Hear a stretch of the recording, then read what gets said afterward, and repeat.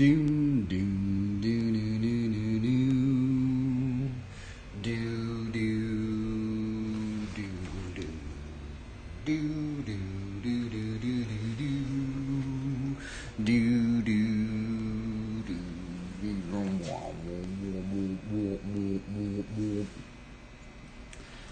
Welcome, travelers. Welcome to day 722 of Bible study devotional as well as BMX learning. And we are back in here and we're riding in a 15 by 15 square foot area. And this is one of the very mysterious aspects of flatland BMX, or the discipline of flatland BMX, is that you can learn this stuff in very minimal quarters. And this little square right here we have up in here is a 5 by 7 foot square. And I have actually seen many these gnarly pro flatland guys, and they actually practice in this very tight little area. And I guess it gives you some different angles or something like that. But yeah, we're going to get into that. We're going to do this Bible study devotional. It's a way where we can practice reading aloud. We can practice sowing some seeds to the Lord, or practice even just casting one little line. And even if we don't sow a single seed, even if we don't catch a single fish, we can just practice. So maybe in the future, we can become better fishers of men, or become better seed sowers, or maybe we can learn how to better cultivate the lands, or cultivate the hearts of people, to maybe plant some seeds of faith. And so that is what we're going to get into today, and we're going to get more into the topic of wisdom, or just looking into verses that talk about being wise, right? Because there actually is that one verse that we covered yesterday, is that we are supposed to walk in wisdom towards outsiders. And it's just kind of funny because I actually didn't even really know what wisdom was, and now I'm going to try and remember it, so if anybody asks me again.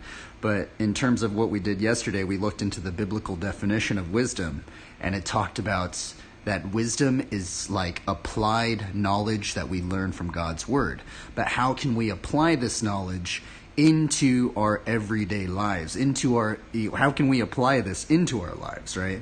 I found that interesting, right? Now, there is a peculiar verse, and we're going to look deeper into it today. And it's a strange verse because I think we have done 3 Bible studies on this verse. But then it's weird because when I read it again, I'm like, you know what? I do not do this. I do not really think about it too much. And what's also weird is I don't really hear too many pastors bringing it up either, or just other believers, and I just find it weird. So we're going to just do a Bible study on it. Let's see here. What I got to find the verse. I had it marked, but okay. Let's get into, oh yeah, by the way, holy moly. Yesterday we did a grind for the double flail tire push-off boomerang. What's weird is that trick looks kind of lame. I think it seems so minuscule in terms of it doesn't look that hard. It doesn't look that impressive, right? But what's weird about the boomerang, maybe I'm just terrible at boomerangs. I think, well, first off, I'm just bad at front wheel tricks if you can't tell by now. But the thing is man, that trick, man, is so hard. I don't know what it is about it. It's I think what makes it so hard is that it's just so just the subtlest little movement, the subtlest little adjustment, the single degree you put your leg or your foot or something like this, or where you put your body position, or where you put your momentum. It changes the trick so drastically, because you're kind of having to balance while turning on the front wheel, whereas I feel like a decade is way easier than a boomerang, because all you do with a decade is you kind of just have to have the push off momentum, and you're going to get around, right, if you just push off. But the thing about the boomerang is that there's just so many little variables of you could be leaning too far forward, you could be leaning too far back, or you might not have enough momentum, or you might have put too much momentum, and now it's throwing your balance point off. It's a very odd trick. And what's also weird is, I don't know if you guys know anywhere or know many people that do it, but for some reason I cannot find any how-tos on how to do multiple boomerangs.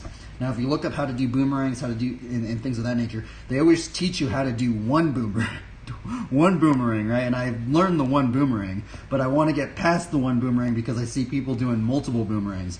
But hopefully we've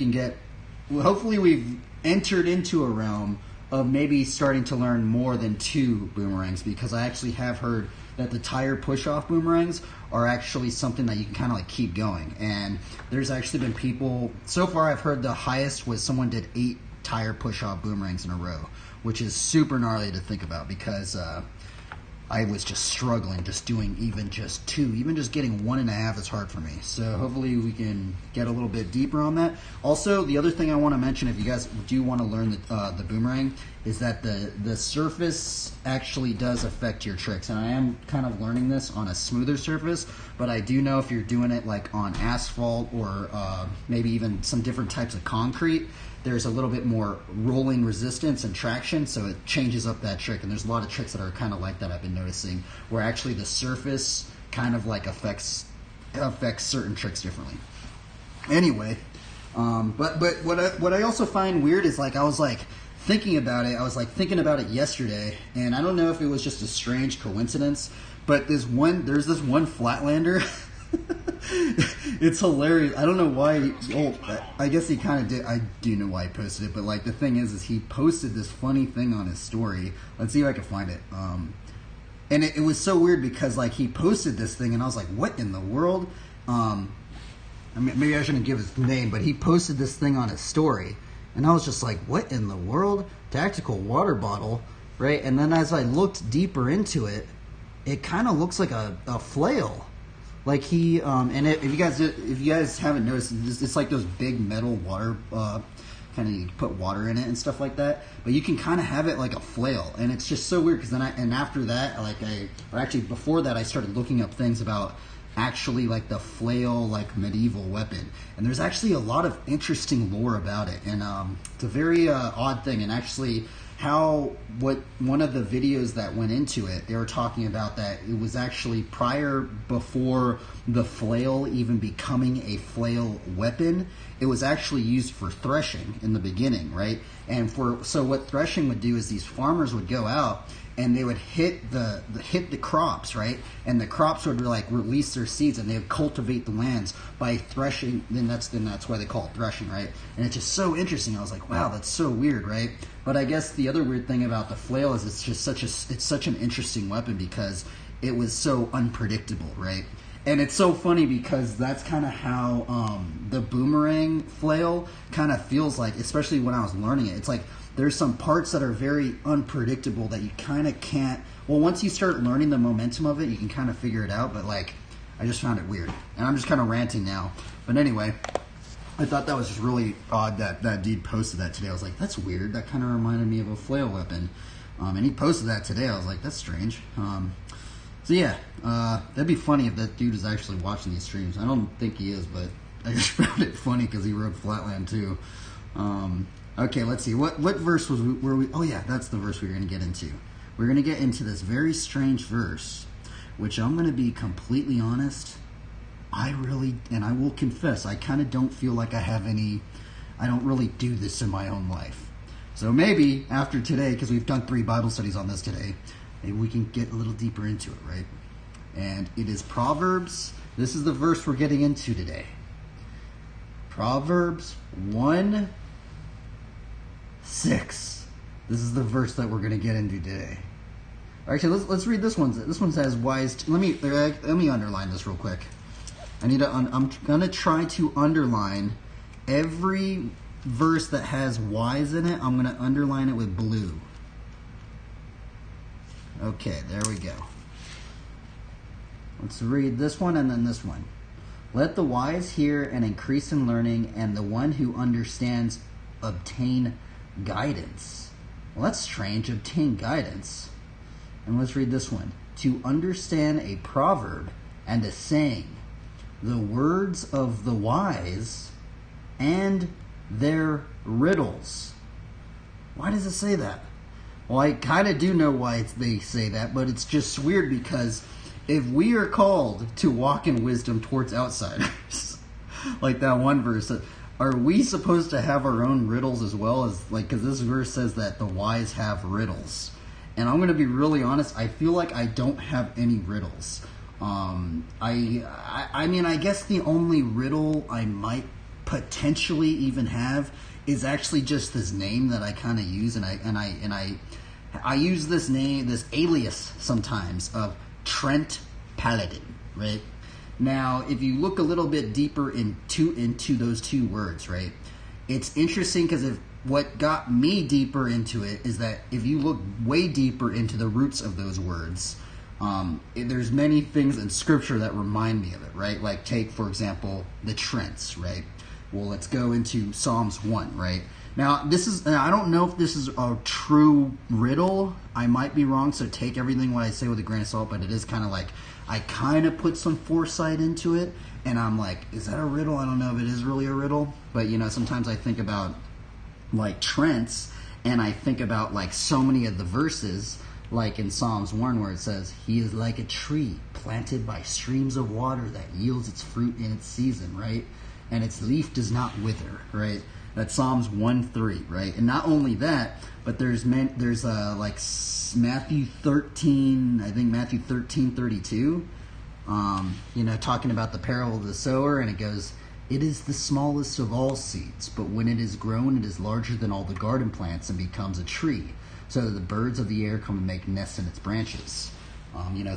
Thinking about how the seed of faith can grow in us, and in turn, we will be like little sprouts growing up. But eventually, if the seed of faith continues to grow in us and take root in us and doesn't wither within our hearts, right? It should grow within us, and hopefully, eventually, we will actually start bearing fruit, which is actually very interesting to think about, right? And not only that, but there's actually also a very strange, some people actually called it the very first parable in the Bible of the talking trees. Let's actually look at that verse right up in there. I think it's in 1 Kings or something like that. Let's see here. Parable of the talking trees. I think if you put that in there, we can find it. Parable of the talking trees. I think it's 1 Kings 10 or something like that. Or no, I'm totally wrong. It's actually in Judges. It's in Judges. This is the New King James Version, by the way. I could just change it, but for some reason the New King James Version came up. I think it's Judges 9:7-16. And this is another reason. And by the way, I guess if you guys don't know what a Trent is like in Lord of the Rings, how there were the Ents, and there were like these tree spirit things, and they're like living tree people and stuff like that. Well, what's interesting is after I read the Bible from front to actually, there was a time when I read the Bible and I actually read the entire Bible front to back. It was the Life Application Bible. That was actually the Bible I read front to back, all the commentary and stuff like that. And except I guess I didn't read it fully front to back because I actually didn't read Revelations, because there was this point in my life where I was like, I kind of want to keep Revelations like a secret to me. Like I didn't really want to read Revelations. So there's actually probably maybe half a year where I didn't read Revelations. I just kind of left it, as like a mystery to me, right? But what was weird to me is after I read the Life Application Bible, there were so many of these verses that I would read it and I'm like, what in the world, bro? That sounds like something from Lord of the Rings or something like that, right? Especially like the Trent Ent characters, right?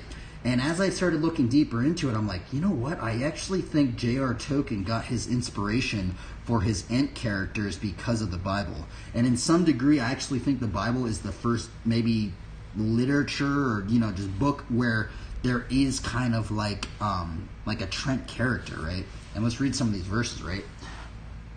So this is in Judges 9:7-16, which some people have said that this could potentially be the first parable of the Bible. I guess I'll just read it aloud just kind of show you guys and just read it. Because I'll just show this one because it just seems like such a strange story, right? Now when they told Jotham, and he went and stood on top of Mount Gerizim, and lifted his voice and cried out, he said to them, listen to me, you men of Shechem, that God may listen to you. The trees once went forth to anoint a king over them, and they said to the olive tree, reign over us. But the olive tree said to them, should I cease giving my oil, with which they honor God and men, and go to sway over trees? Then the trees said to the fig tree, come, you come reign over us. But the fig tree said to them, should I cease my sweetness and my good fruit, and go to sway over trees? Then the trees said to the vine, you come reign over us. But the vine said to them, should I cease my new wine, which cheers both God and men, and go to sway over trees? Then all the trees, that's weird. Then all the trees said to the bramble, you come reign over us. And the bramble said to the trees, if in truth you anoint me as king over you, then come and take shelter in my shade. But if not, let fire come out of the bramble and devour the cedars of Lebanon. It's a strange, what does that even mean? Let's actually just look that up. What does this actually even mean? What does Judges 9, 7 through 15 mean? Judges 9, 7 through 15 mean? I think it's a parable. Let's see. Okay, yeah, so interesting. So this is the very first thing. That's what I typed in, by the way. I put in Judges 7 through 15 meaning, and this is the very first thing. You got to take this with a grain of salt too. Take my words with a grain of salt, but this is what comes up. Okay, Judges 9, 7 through 15. Jotham's story is a crypto parable. His employment of trees and vines and fire are elemental to several of Jesus' prominent parables. Jotham includes 3 symbols of national flourishing that lay at the lack of the better word root of Jesus' own promise and warnings. Man, isn't that weird, right? And it's so strange, right? And I honestly think that's kind of even like a riddle in of itself. And it's weird because I haven't heard.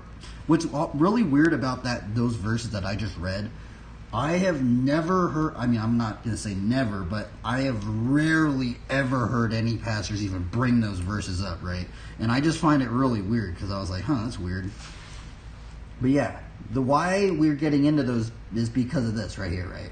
To understand a proverb and a saying, the words of the wise and the riddles. Right now, why I started bringing up the trees and stuff like that is because sometimes I do use this alias on some. Well, actually, I only have it on one platform, honestly, but I use the name Trent Paladin, right? So we went over, okay, the Trent. What does that kind of mean to me?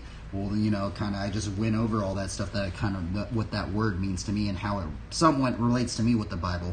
But now if we go into the Paladin, right, why do I use the word Paladin, right? Well, in terms of all these RPG games, there's many aspects of the Paladin, and they're kind of like the Holy Knight, right?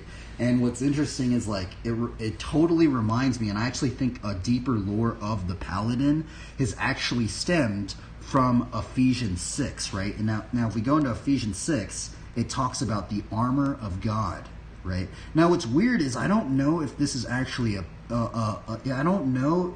Would you consider that a riddle, right? I'm actually not quite sure, because I know a riddle was something to disclose deeper information from the undiscerning, right? From people that didn't really want to look into the lore. Sometimes I feel like it's a way to kind of like hint at there is a lot of lore into something, but maybe people are too lazy to really, want to go deeper into it, right? But that's what I think. I don't know. Take that with a big grain of salt. But, when I think about the Paladin class, if you go actually play, it's kind of funny because there's actually a lot of people on Twitch at this very moment, right? There's even a lot of this is the weird thing about the Paladin class too. I brought this up many times on previous streams, right? But I actually grew up with some people, and they actually liked playing not just some people. Actually, one of my good friends that lived down the street, he was a big believer. For some odd reason, he was always a believer, like his whole life. I don't know why. It was just like that's just how he was, like. Just always believed, man. And what's weird is, like, as we were growing up playing RPG games with him, he always picked the Paladin class. Like, I don't know what it was about him. I mean, I understand maybe why now, But like he always liked playing the paladin class, right? And I was like, oh, okay, that's cool. It's like the Holy Knight, interesting, and I didn't really take two thoughts of it, right? But then what really tripped me out is when I moved to other places and I would talk to other believers, they were like, oh yeah, I like to play the paladin as well. And I'm like, are you kidding me? That's so strange, because I grew up with a believer and he liked to play paladins. And so that and it was weird, because I can understand like maybe if like one little region, like imagine if you lived in one particular area or a state or something, and the people that you lived by, they kind of just did something, right? It's like, okay, well, maybe they're all friends with each other, and maybe they got influence from one another. But it's really weird when you take that same example and then you go and move somewhere else, and some other believer says almost the exact same thing. And you're like, what in the world? Now that is bizarre, right? And there's like this weird connection, I feel. And I think within the Paladin class, I think where they got a lot of the lore of the Paladin class is because of these verses we're going to read right here. Let's see here. Let's read them. Finally, be strong in the Lord and in the strength of his might. Put on the whole armor of God, that you may be able to stand against the schemes of the devil. For we do not wrestle against flesh and blood, but against rulers, against authorities, against the cosmic powers over this present darkness.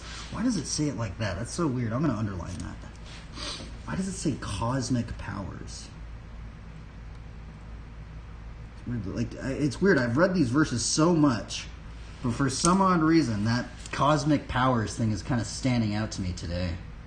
Cosmic powers. What does cosmic mean? Let's look that up real quick, because I don't think I've ever looked that definition up. What is cosmic definition Bible? Okay, let's see. What is it going to say? Let me see if I can find a good definition of this. The meaning of cosmic is the relating of the cosmos, extraterrestrials, vastness. I guess that's the Merriam. That's the Merriam dictionary. I guess this is what the Merriam dictionary means. Or of relating to the cosmos, extraterrestrial vastness, or the universe in contrast to the earth alone. Characterized by greatness, especially in extent, intensity, or comprehensiveness. Now, what is this one going to say? Cosmos. It's weird. There's like, they're bringing up like cosmology. Kind of strange. They're not like really bringing up the word for, okay, here's one right here. Cosmos, meaning this is cosmos. I don't know if that's even related to it, right? I don't know if I should even read that one, right? Weird. Anyway, let's keep going. I got a little sidetracked. Over this present darkness, against the spiritual forces of evil in the heavenly places. Therefore, take up the whole armor of God, that you may be able to withstand in the evil day, and having done all, to stand firm. Stand therefore, having fastened on the belt of truth, and having put on the breastplate of righteousness, as shoes for your feet, having put on the readiness given by the gospel of peace. In all circumstances, take up the shield of faith, by which you can extinguish all the flaming darts of the evil one, and take up the helmet of salvation and the sword of the Spirit, which is the word of God. Right, and that's part of the armor of God that we should be adorning ourselves with, right? Okay, let's see here. And now the other strange thing about the Paladin class, even if you like play WoW or Diablo 2 or something like that, right? Or just even I think even parts of Dungeons and Dragons actually as well. And I take that with a big grain of salt, right? Because I know some people get a little bit iffy on that stuff. But what's actually very interesting is I actually played some of those classes before I was really a believer, right? And what's odd is even if you do it right now as I speak, right? If you go on some of those like the spell books, and you have like the spell books, you have the talent trees and stuff like that. What's interesting is there's actually some legitimate words in those talent trees, and if you look at the root core of where those words were like kind of inspired from, it's interesting because it actually there's a lot that actually like comes back into scripture. Like take for example like consecration, or like devotion, or like judgment, or like conviction, things of this nature. And I find it really weird. I was like, that's weird. Because as I look things up, you can like put those words in and put Bible at the end of it, right? And there's all these sorts of verses that start coming up from those things. Now, I'm wondering, is that maybe a form of a riddle? And it's kind of interesting. I'm wondering if there's a way where we can actually plant seeds of faith somehow by maybe using a form of a riddle, right? Like maybe it could be, and what's weird about a riddle is maybe it could be something that maybe some people might not even understand at first, right? And maybe it might take them a little bit of time in order to really maybe look deeper into it, right? And I find that very interesting. Now let's look up a commentary on this now. I'm like curious because there was a really good commentary. I've read it like 3 times, but we're going to read it again. Proverbs 1:6 commentary. Now I went through that whole thing that took 25 minutes for me to relay what I thought was my only kind of, I mean, I wouldn't say it might be my only riddle, but it's kind of like a riddle to me, right? When you think about it, and it's just weird because it's literally just 2 words. It's just Trent Paladin, right? It's actually something else. It's actually Trent Paladin 7. It's actually 3 parts to it. It's actually kind of funny. Okay, let's see here. Where are we at up in here? I thought there was one on Got Questions we were going to read, but maybe not. Like, commentary, Got Questions. Maybe I have to look up one on riddles. Riddle Bible commentary.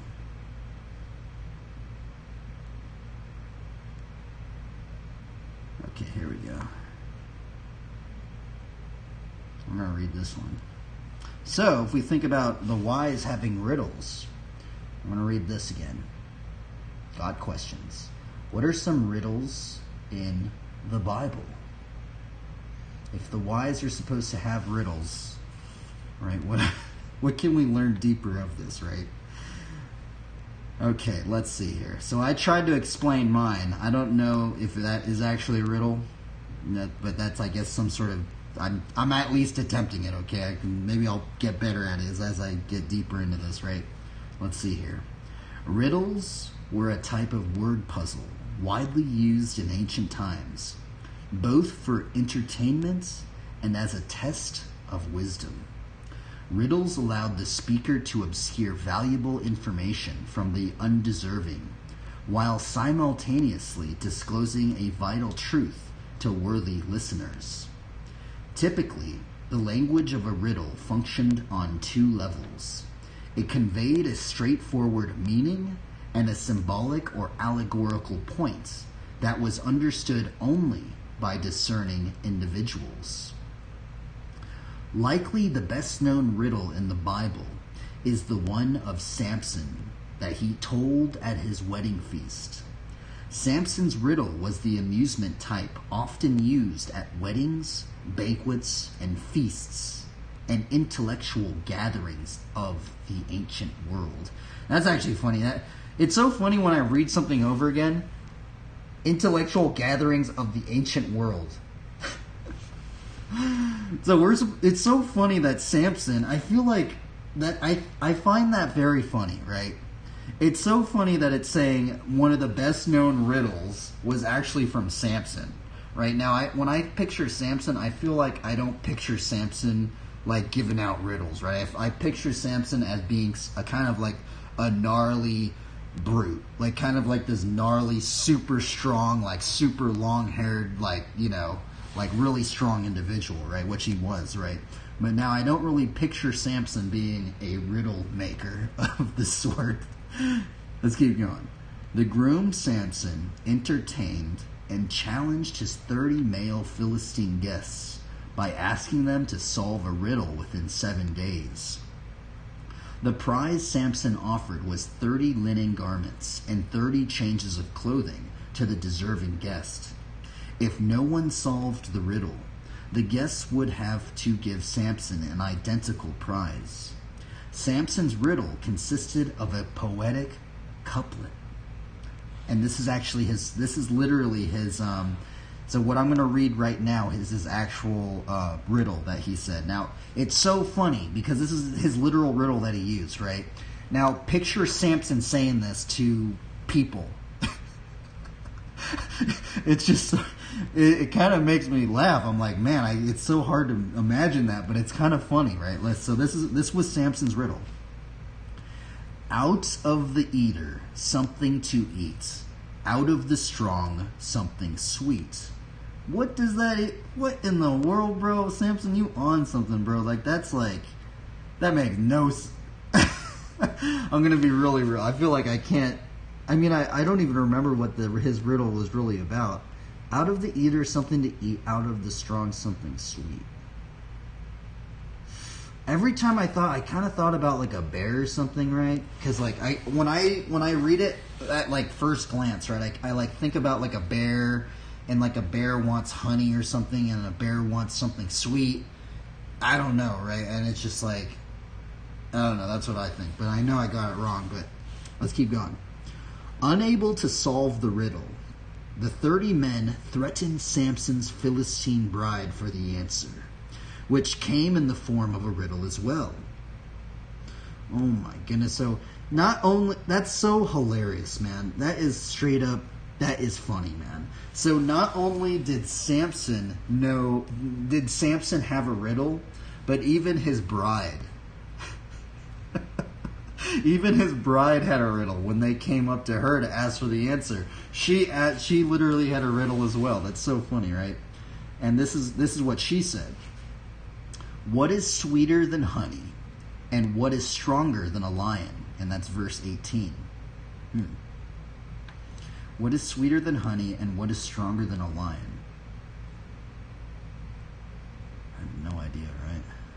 I mean, I think a bear might be stronger than a lion, but okay, let's keep going. Samson's anger over their cheating resulted in his slaying over 30 Philistine men, which in turn led to escalating violence and the death of Samson's bride in Judges 15:6.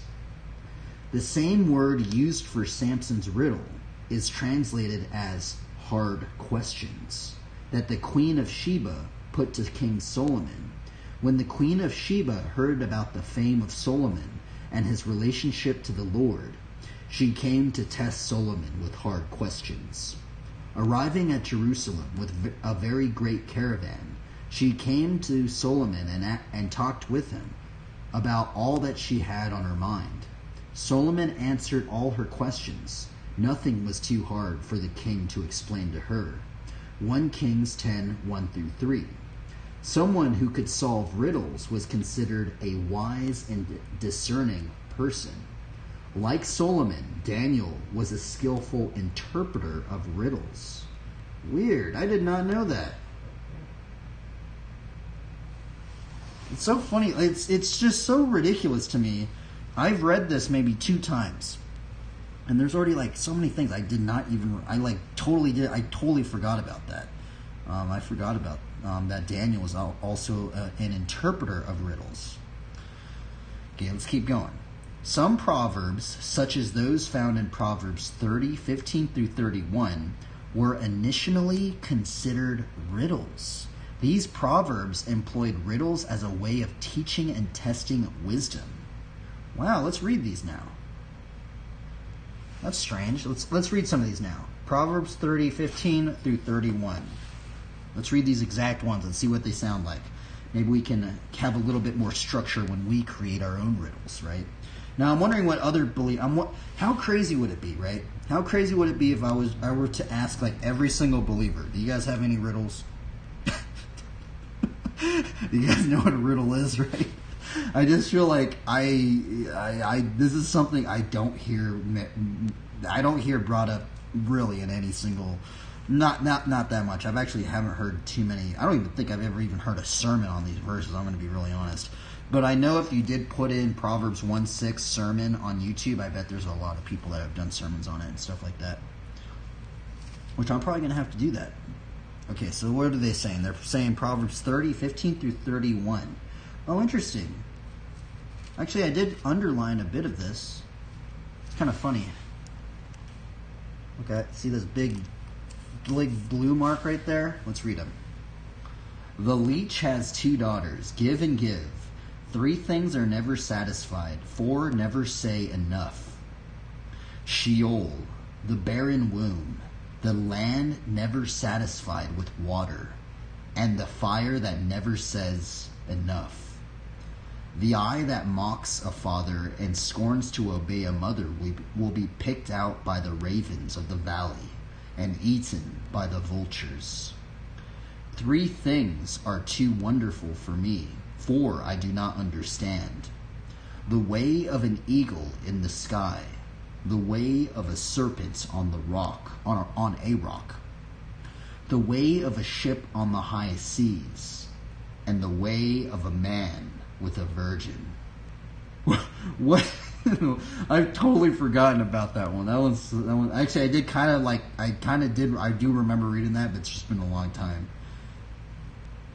This is the way of an adulteress. She eats and wipes her mouth and says, I have done no wrong. Under 3 things the earth trembles. Under 4 it cannot bear up. A slave when he becomes a king. A fool when he is filled with food. An unloved woman when she gets a husband, and a maidservant when she displaces her mistress. 4 things on earth are small, but are exceedingly wise. The ants are a people not strong, yet they provide their food in the summer.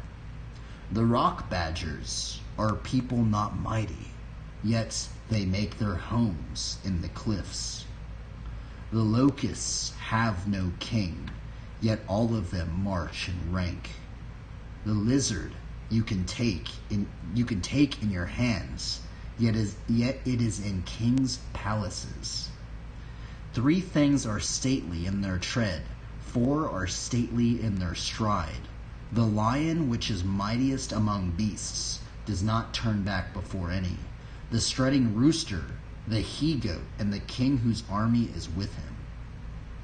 I don't know, I don't know, what do you guys think? I feel like that, How is that supposed to be, how is there supposed to be undiscerning information? Like, I mean, I understand, like, some of them, but I feel like some of them just kind of don't really seem like a riddle. I don't know, maybe I'm, like, looking deeper into them wrong. They kind of seem very simple, right? That's the weird thing about, if you notice these. So I think when I read these, which they say these are supposed to be riddles or something like that, what I'm noticing about them is it's like they're comparing it to something. So do you think what I did was kind of like a riddle if I were to say Trent Paladin 7 or something like that, right?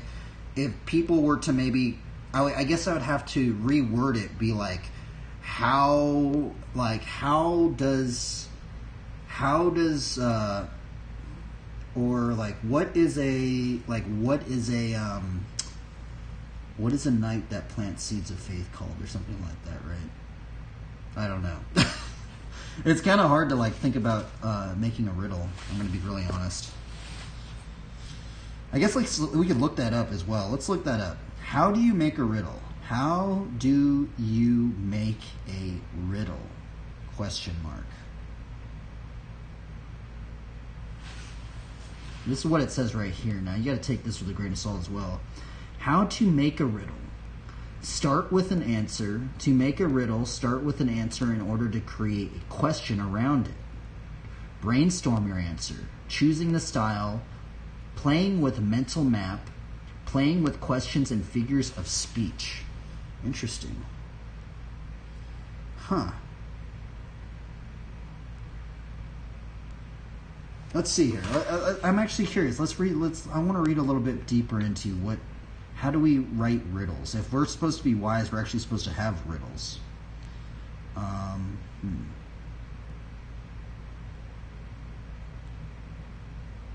So this one's gonna say, this person says most riddles make total sense when you know the answer.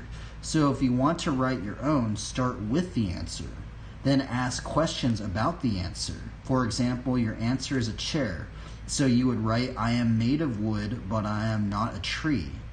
I have grain, but I am not a plant. I have legs, but I am not alive. What am I? That's weird. Man, riddles are weird, man. Riddles are strange, dude. What in the world? Maybe a lot of people just have riddles. I don't know. I just feel like that's something that I don't hear too often. Okay, what is the wiki how going to say? We're going to read this one up now. This is hilarious. There's even little drawings on this. This is hilarious. Let's read this. There's little drawings. Preparing to make up a riddle. What in the world? He has The Hobbit. He's reading The Hobbit. Dude, we were just bringing up J.R. Tolkien today. That's funny. So let's read this. Read a lot of riddles. Reading a variety of riddles will help you understand how a riddle works. There are many books of riddles available. You can find some online. Many cultures have riddle traditions. Viking and Anglo-Saxon riddles are very popular with English speakers, even though they were first told more than 1,000 years ago. These riddles often have simple solutions, such as a key or onion, but are told in a creative way. You can find many collections online. Riddles are also quite popular in modern fantasy literature, movies, and TV. J.R.R. Tolkien book The Hobbit was a whole chapter devoted to riddles in the dark told between two characters. Interesting, riddles in the dark. Dude, that's so funny. That's so funny because that's why I put... I mean, I have never read this before, but that's just so funny that, like, I wonder if J.R. Tolkien made a riddle with the end characters to maybe get people to, like, look deeper into it and maybe start reading the Bible or something like that.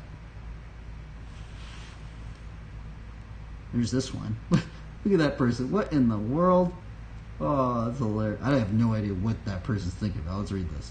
Decide the subject of your riddle. Riddles can be anything you can imagine, but physical objects that people are familiar with are very, very common topics. Other topics are natural phenomena, like a storm or snow, an animal, or an action. Okay, so that's interesting because the one that we were just reading in Proverbs 30, where they did bring up animals, right? Avoid topics that are very abstract or require specialized knowledge. So I'm wondering if like we can even like say, I mean, I wonder if you could make like a riddle. Like, it's kind of funny because now I'm thinking about like this guy right here that posted this thing. Like maybe this could be a riddle, right? Like, do you think even this could be a riddle? Because like it's weird because he says the tactical bottle trademark. Hydrate with confidence, right? But if you look deeper into it, and I mean, I guess it looks like a normal water bottle. But the thing is this thing's a flail, bro. This thing is a flail. Like, if you look, you know, it's like, you know, like a flail item, like weapon, right? And like you can protect yourself with it, right?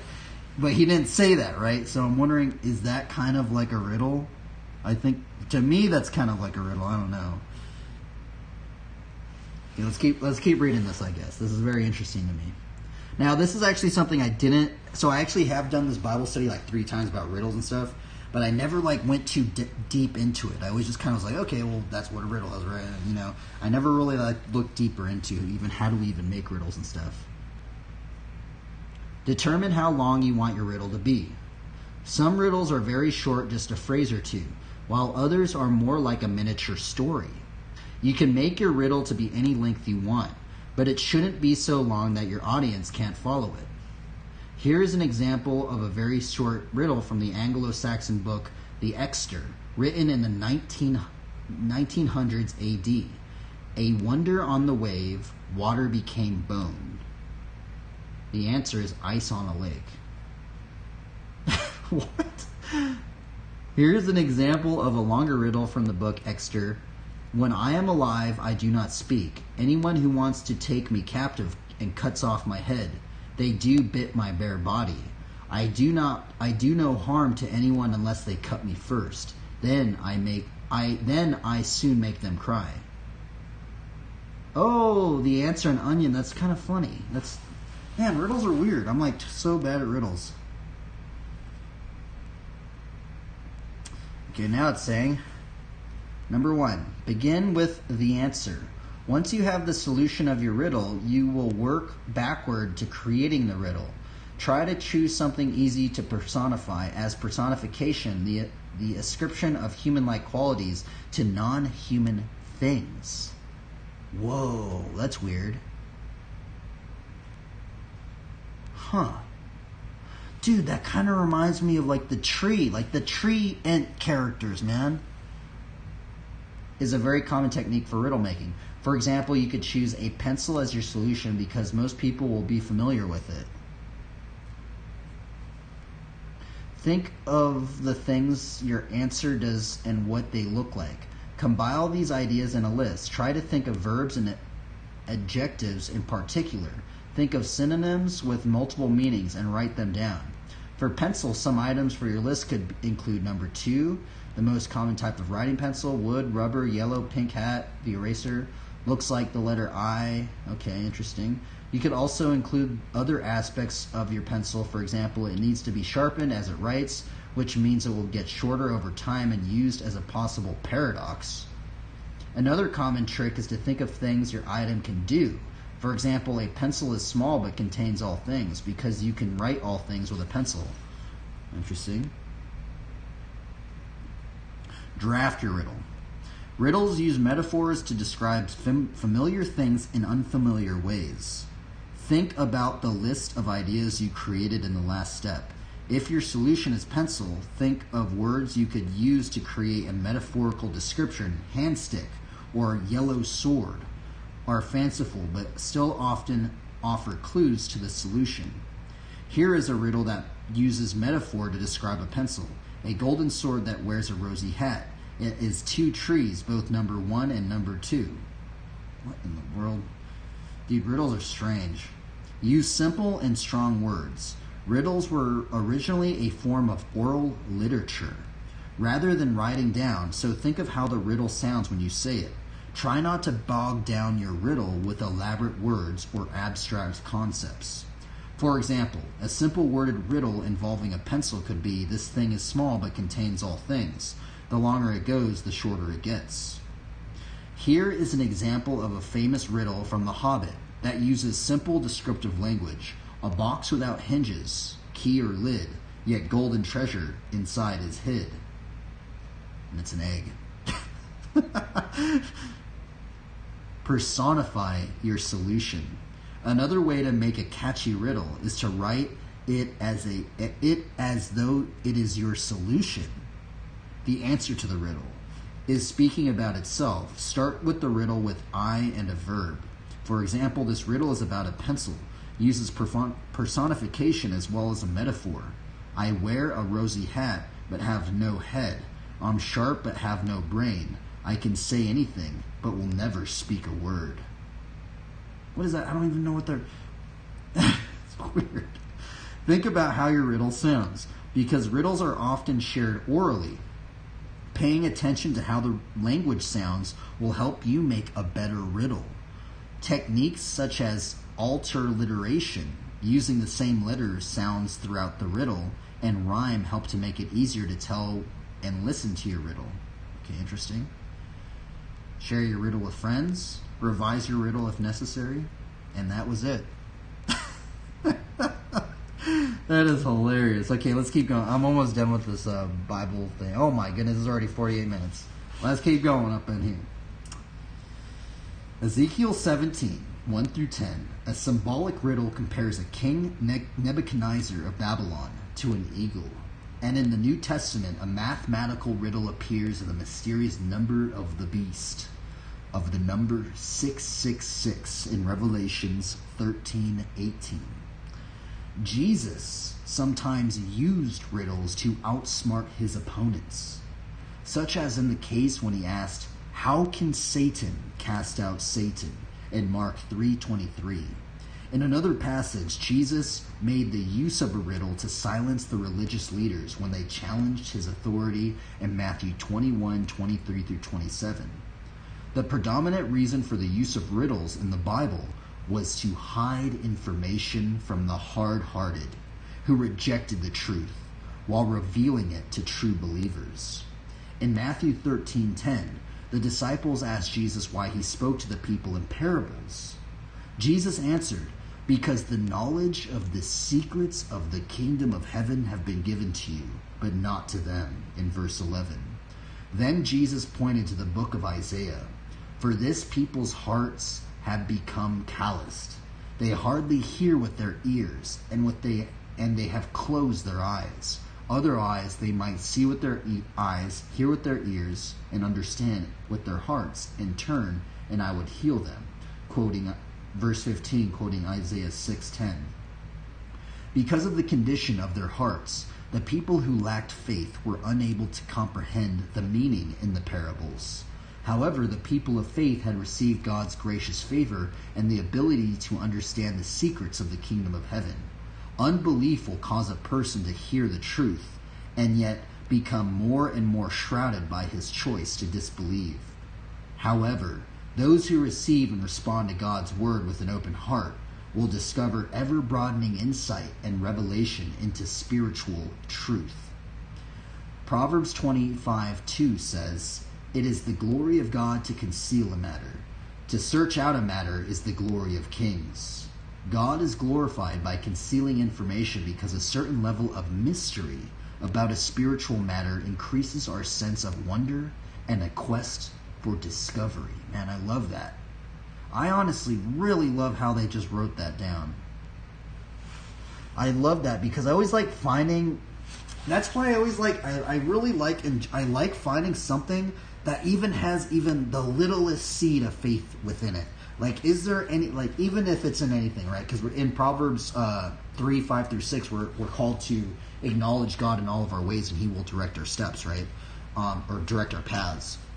And I find it very interesting, like, just trying to search the rough and just search everywhere.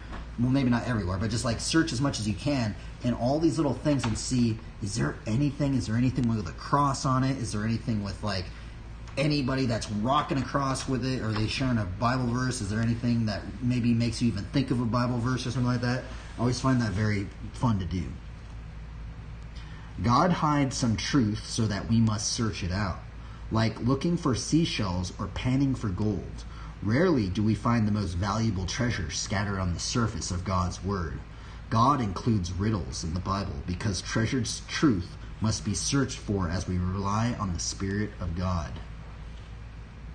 Man, that was a gnarly Bible study. Today, it's weird because I've actually read this 2 other times. I've literally read this exact same commentary. I've read it 2 times already. But what's crazy is, like, it's just, there's just so much more. I'm starting to understand a little bit more about, like, what a riddle is, right? Especially, and I guess that was the Bible study today.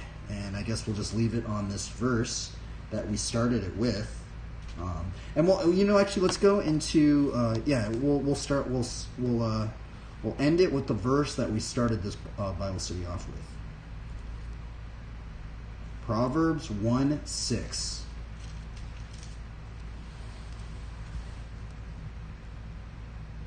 To understand a proverb and a saying, the words of the wise and their riddles. Very interesting verse. That was the Bible study. Now we're going to do our card draw.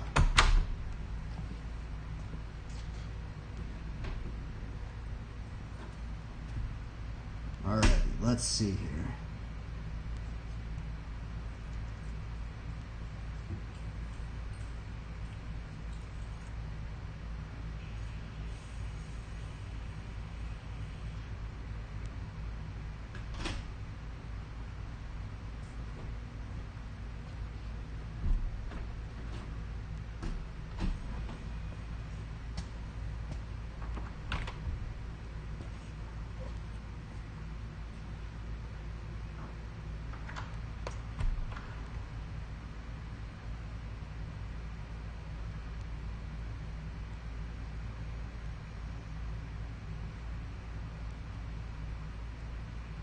Alrighty, let's see here. What we got? Who's live right now?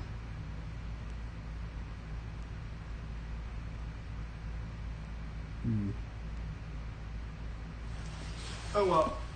Alright, let's do this.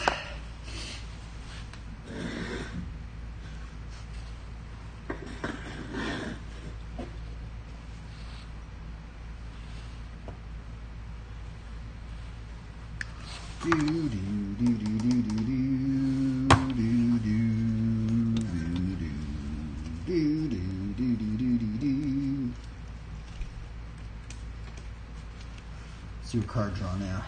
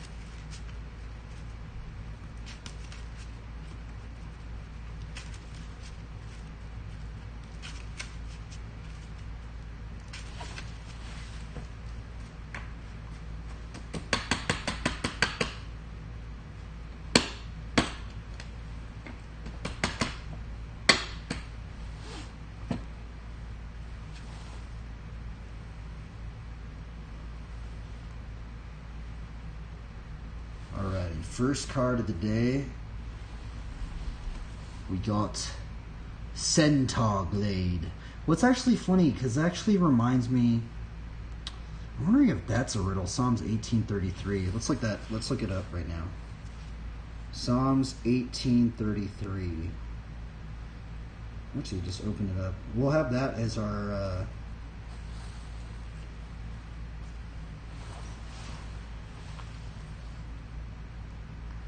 Look at that. And that almost just seems like a riddle right there. See, I underlined it with green. It says, "He made my feet like the feet of a deer and set me secure on the heights." Centaur Glade. Man, that just looks like a cool, like thumbnail right there. We might actually just use that as the thumbnail right there. I need to put a little stream marker.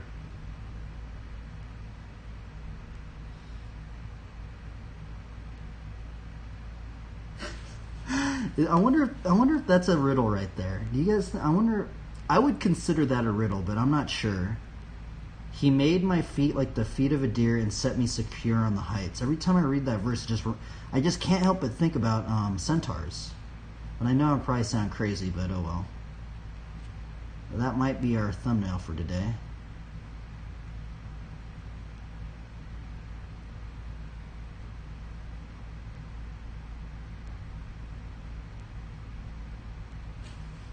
Add street marker. Okay, what's their second card going to be? Okay, Juniper Order Ranger.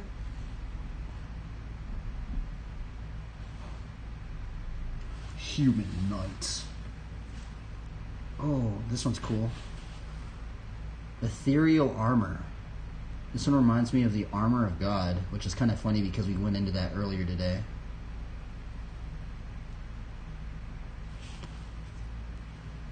Number 3.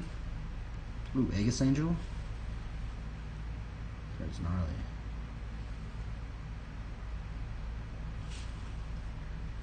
Number 4. Nubinalia.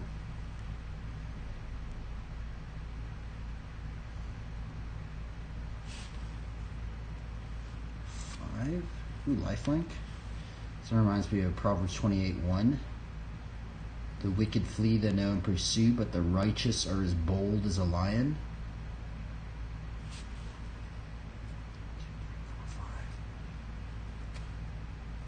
Healing Leaves.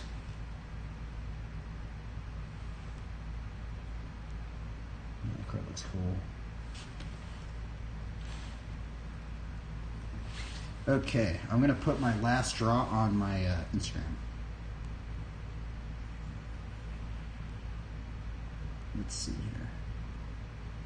It's crazy. People actually watch these things. It's so hilarious. It's like, what in the world? Well, let's keep doing it then.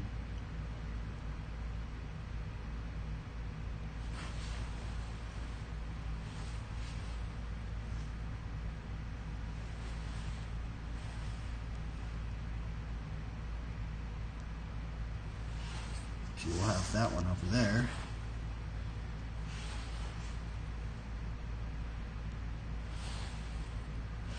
Now I guess we'll start off with this one.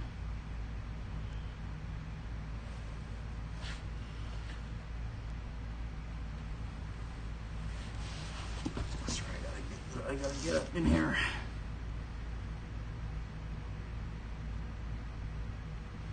Greetings, travelers, to the draw of the day. Today we have Centaur Glade, Juniper Order Ranger, Ethereal Armor, Aegis Angel, New Benalia, Lifelink, Healing Leaves, and for the last card of the day, we have Angel of Glory's Rise. Now, that card looks cool. Now, what's weird about this card right here, Centaur Glade, is it actually reminds me of this verse right here. It says, "He made my feet like the feet of a deer and set me secure on the heights." That is Psalms 18:33. Every time I read that verse, I just cannot help but think about centaurs. Anyway, everybody, I hope you guys have a good one, and try your best, and have fun. Okay, there we go.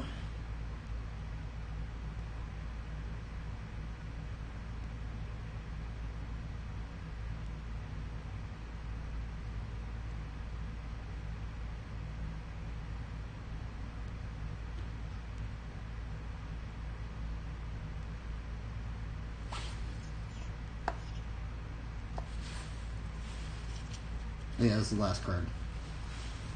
Angel of Glory's Rise.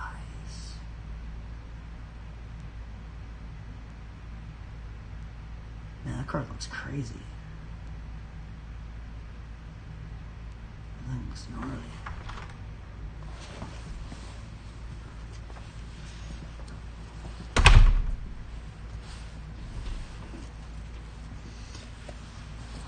Oh, okay, let's go around the light now.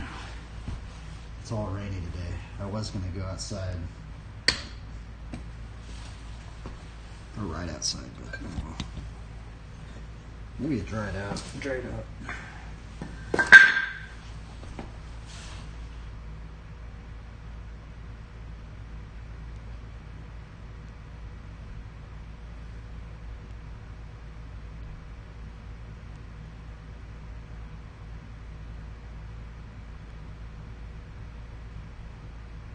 I wonder how the pro flatliner guys, I wonder what they do. I wonder what they do. I'm kind of wondering if they just like battle a trick every single day. There has to be like some of them that are like that. They like probably just pick a trick and they're just like, I'm just going to learn that trick that one day. I'm just going to just work on that trick. Normally I don't ride like I did yesterday, but man, why isn't this thing loaded? I'm going to take a little break. I'll be back.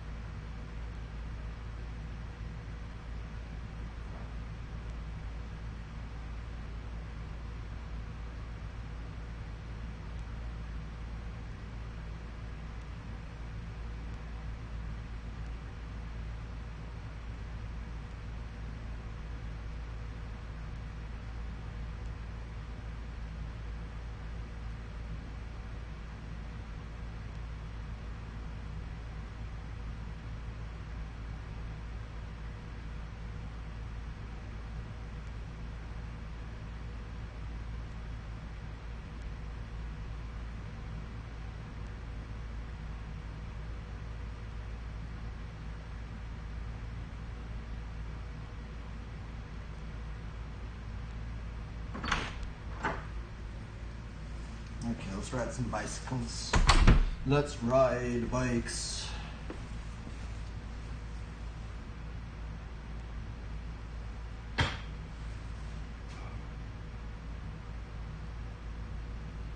Intriguing.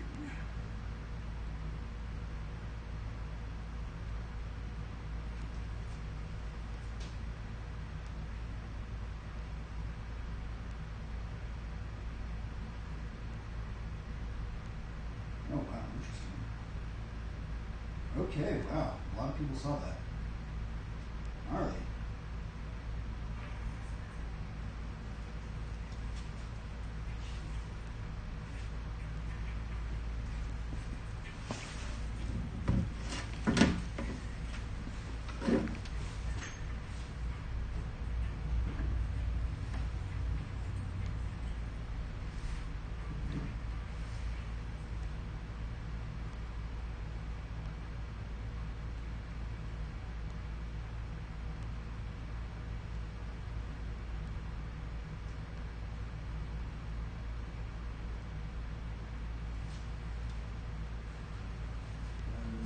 Natural mystic flowing through the air. Listen carefully now you will hear. Must be the first trumpet, might as well be the last. Many more will have to suffer, many more will have to die. Don't tell me why.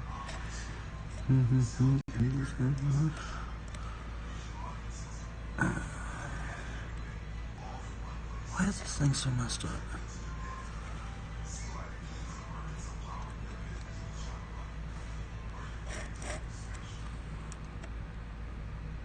There we go.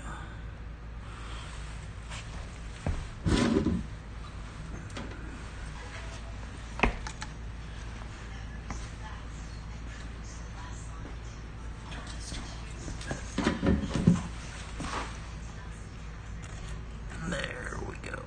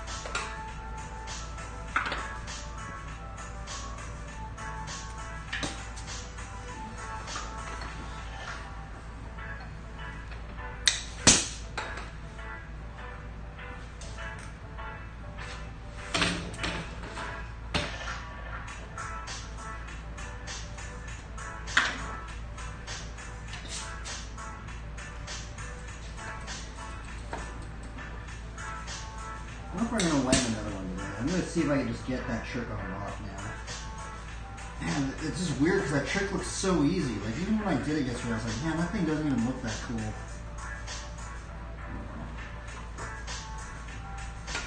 I'm just going to have to do like 4 of them to make it look hard.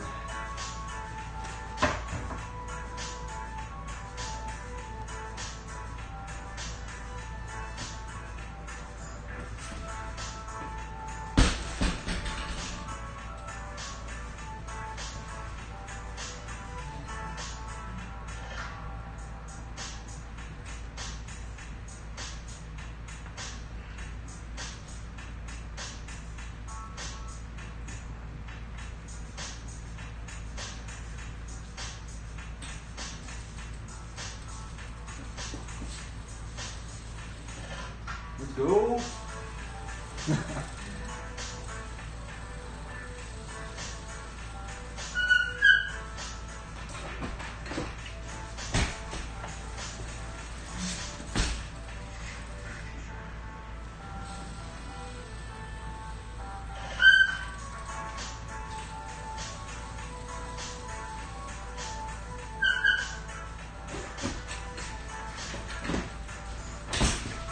Why are my brakes squeaky?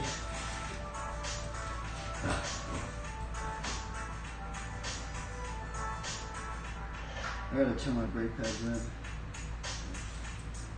Yeah.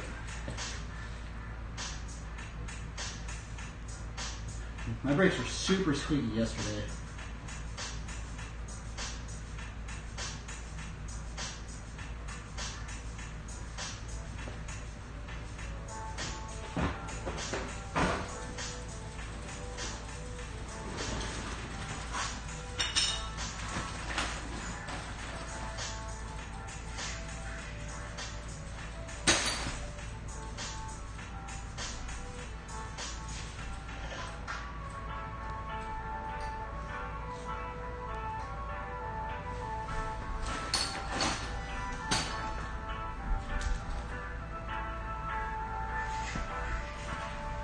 Coin out.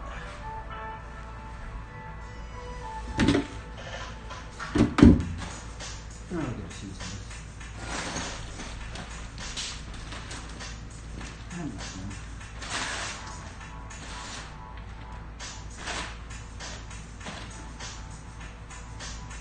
Alright, but I gotta fix my bike. My brakes are just super squeaky, man. Yeah, squeaky. Squeaky. What happened to that spacer? I just had it.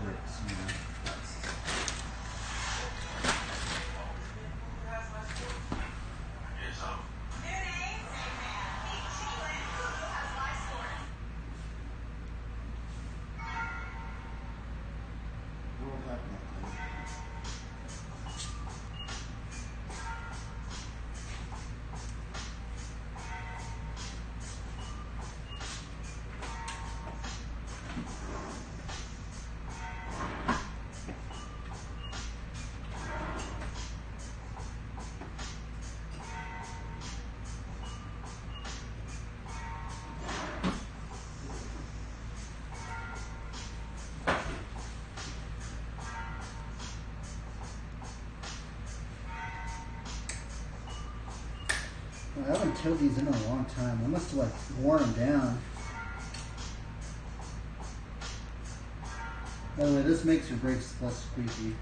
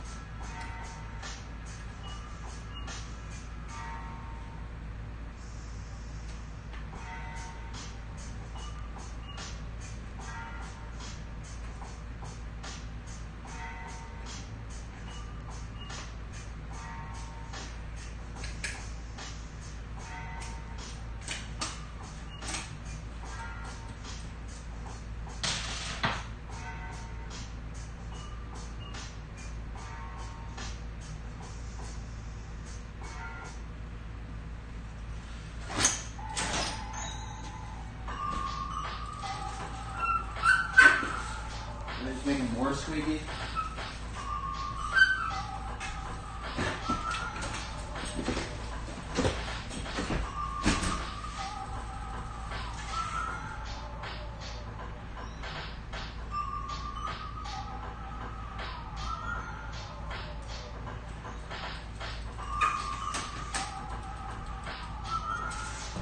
See, we want another double portal.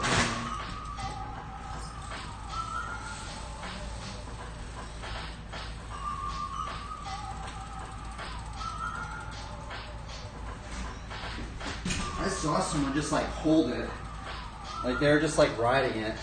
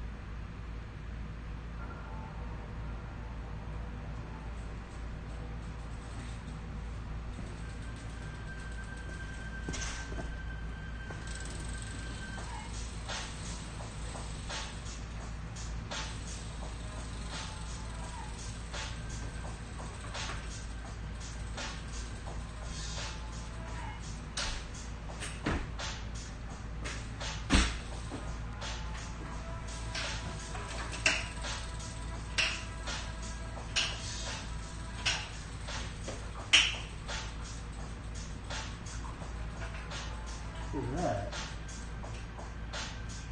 Oh, broke his foot. Darn.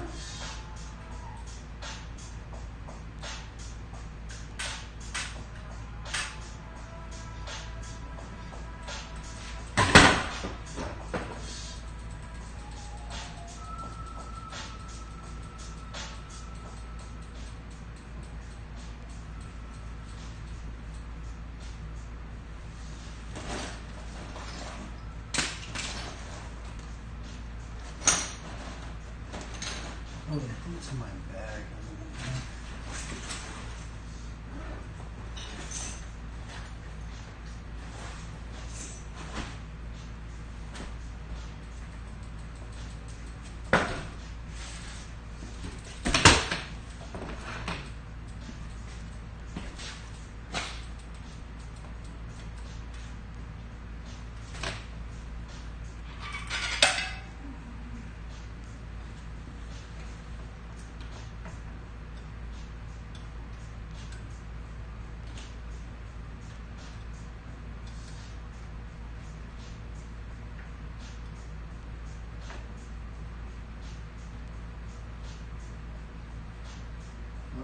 This looks kind of bad.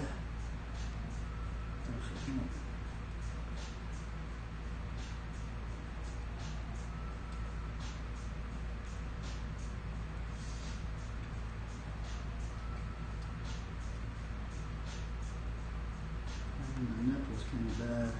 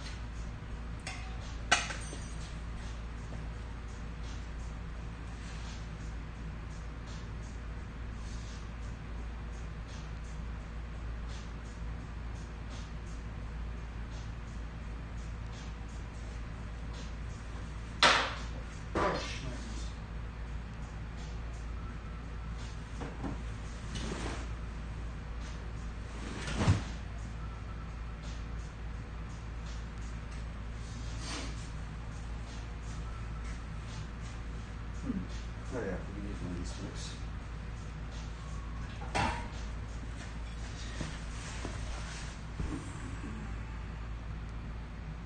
Let's see here.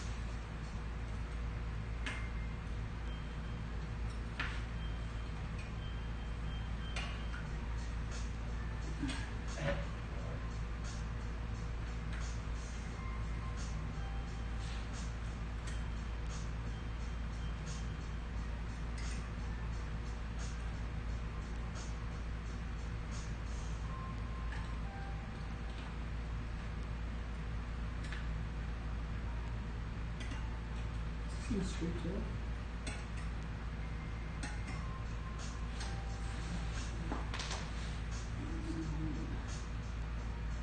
Oh, did it break on the spoke? Darn it. I think it might have. Oh, I think it did. Oh, no, it didn't.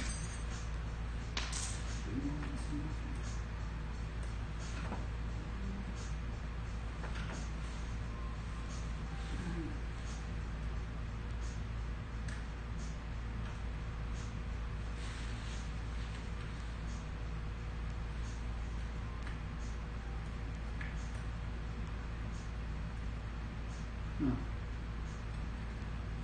The spokes knuckles working?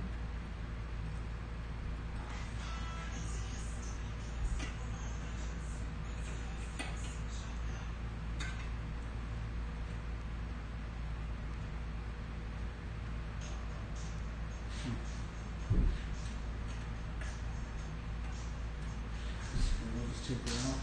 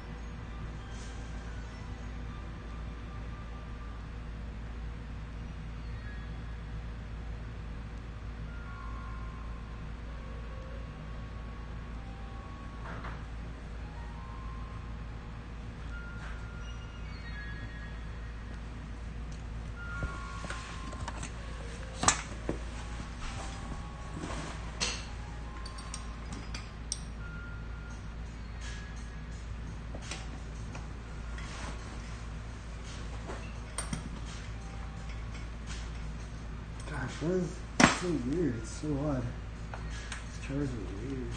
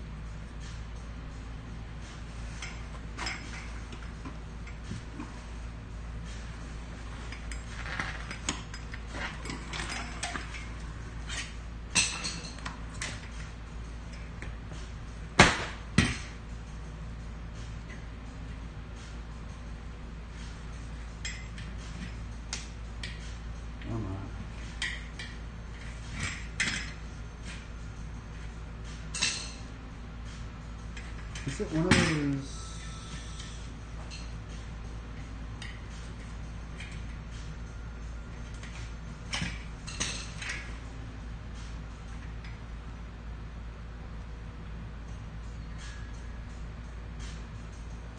Fudge. What? Just lift it up a little bit. Take it out.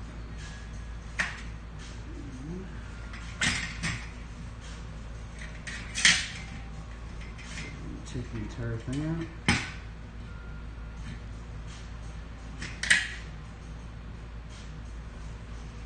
It's weird, that thing got like stripped out.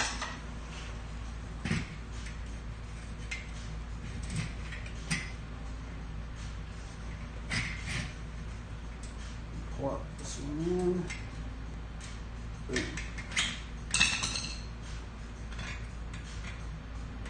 See if that works.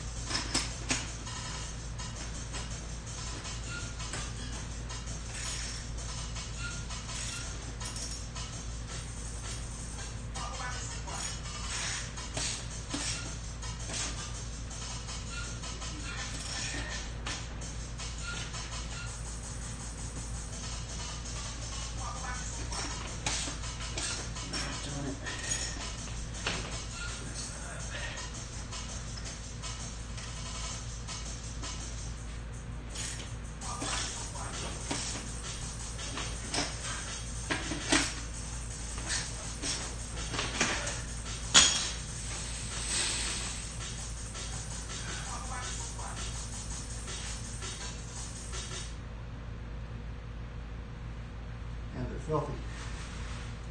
Top tickets, get your man right now for 25% off on Just slide into the rear side. Oh, I just broke a spoke. Broke a spoke. I had to fix it. Normally I'm riding out normally I go somewhere, normally I try and go downtown today, but it's all rainy today, so I'm stuck inside. But I gotta still be thankful because we can ride indoors. So, but normally I try not to stream on Saturday, but we're stuck inside today.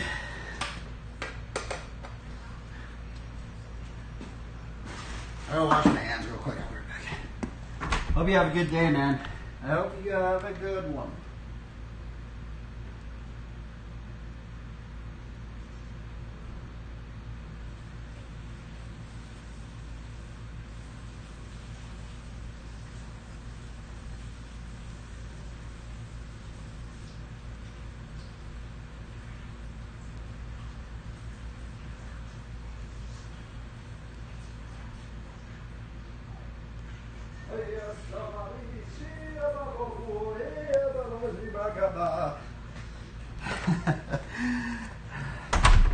Okay, we fixed the bike up. You're sick? How'd you get sick?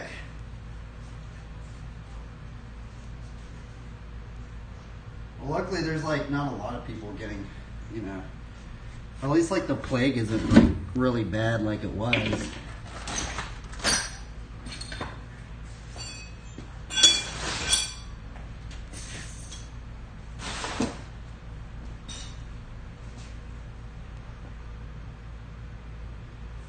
Okay, let's see here.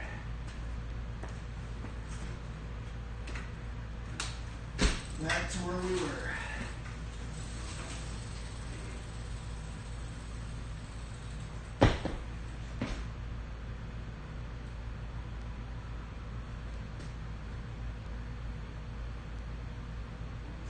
Weird for some reason.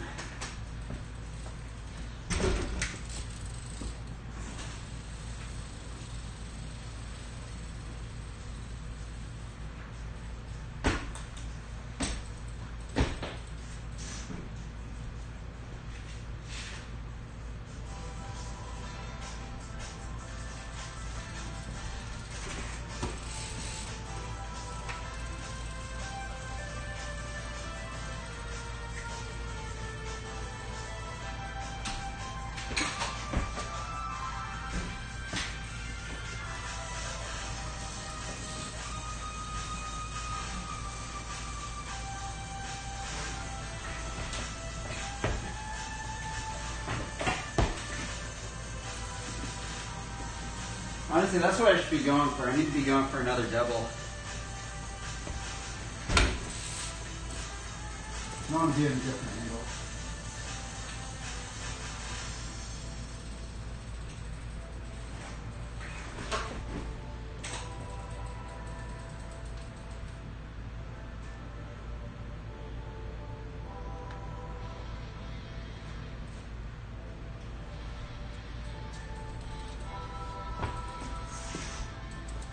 What happens if I do it?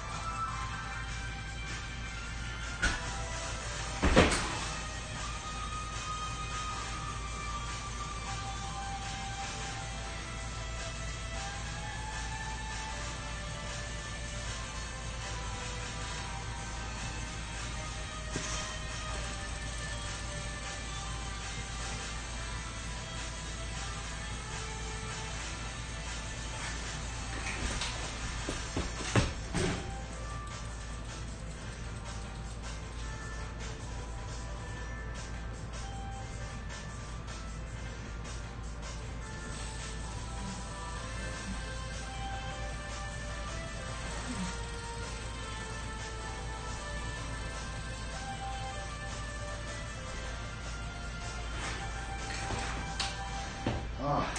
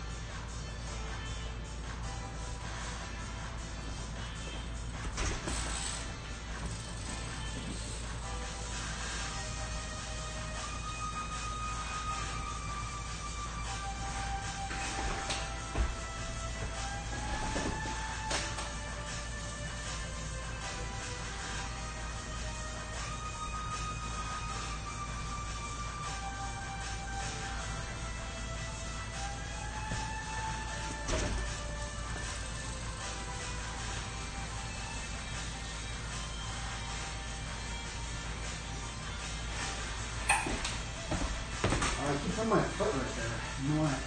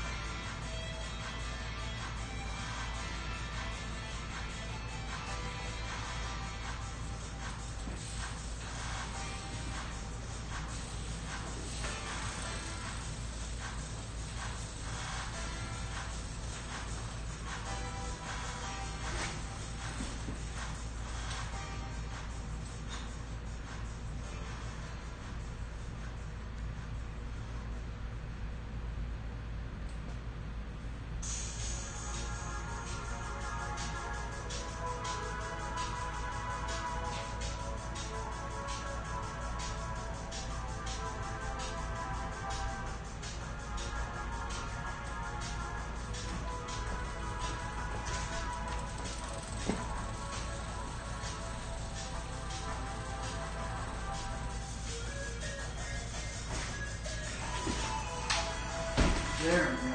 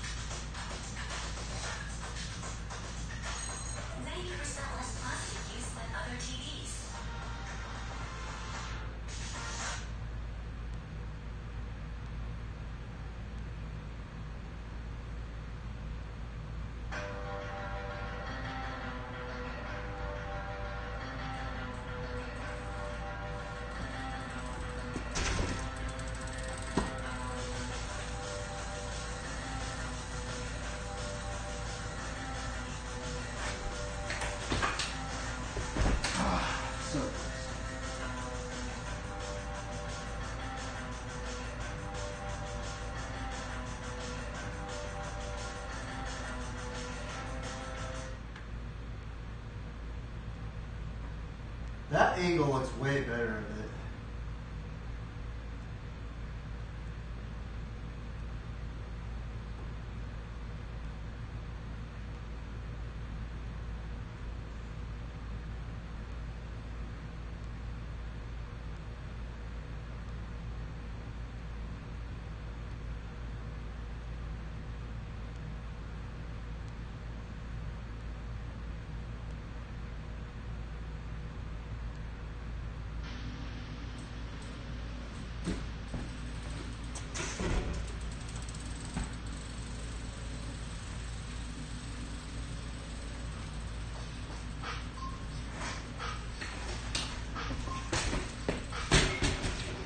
Why do I keep messing it up?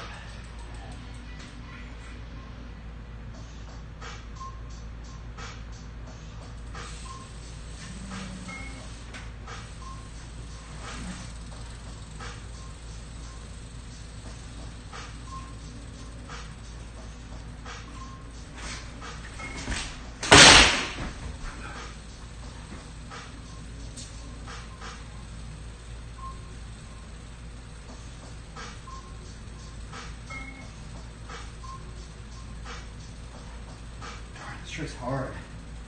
I was doing it yesterday. Let's see, I just gotta get it down.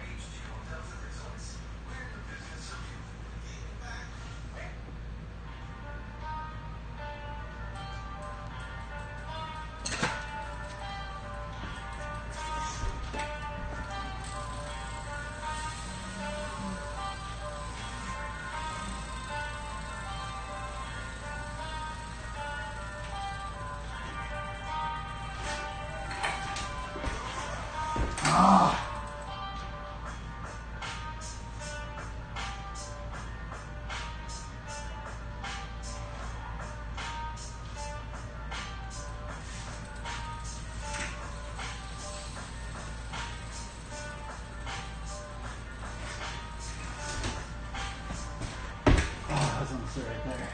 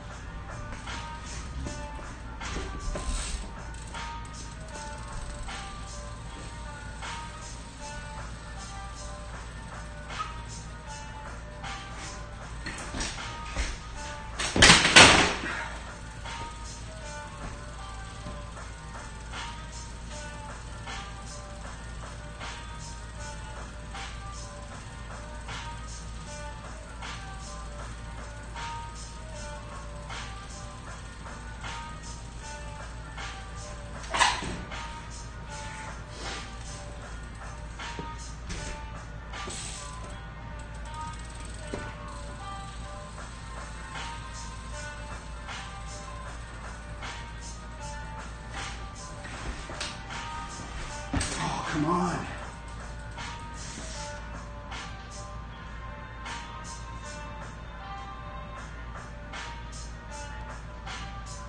I'm so close.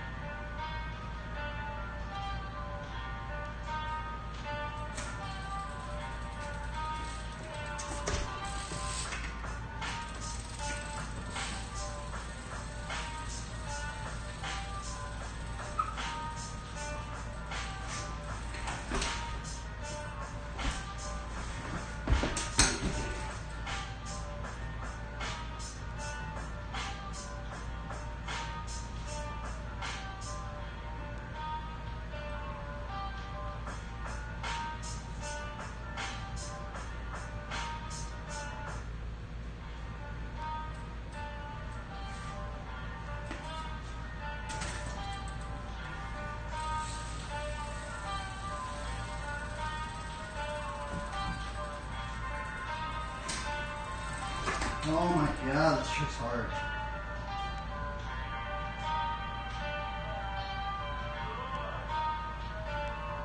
Am I the only one that thinks this trick is hard? Holy moly, man. I landed it yesterday. I should be able to do it again.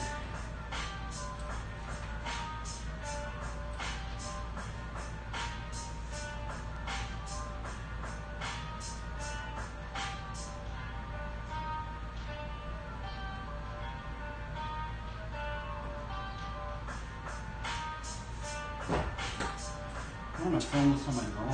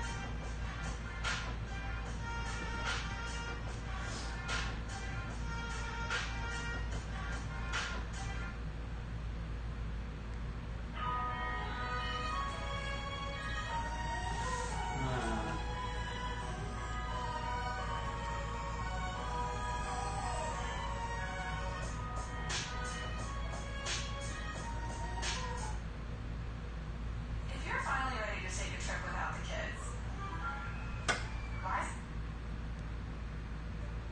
this holiday season, find your Halloween at Sprouts Farmers Market, Farm Fresh or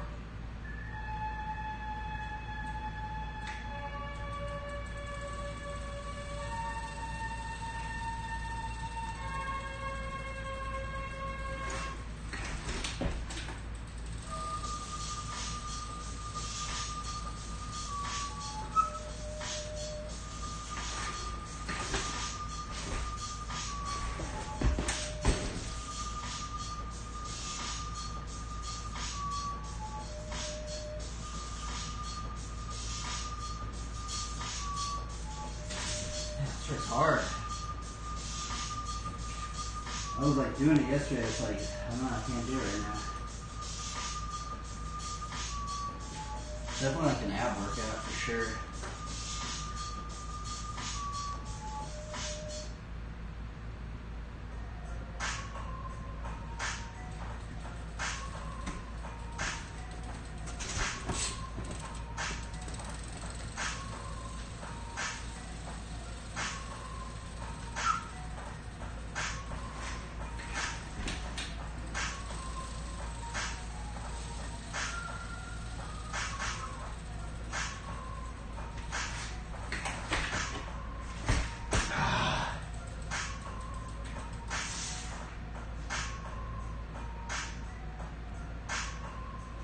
Bro, what is wrong with me?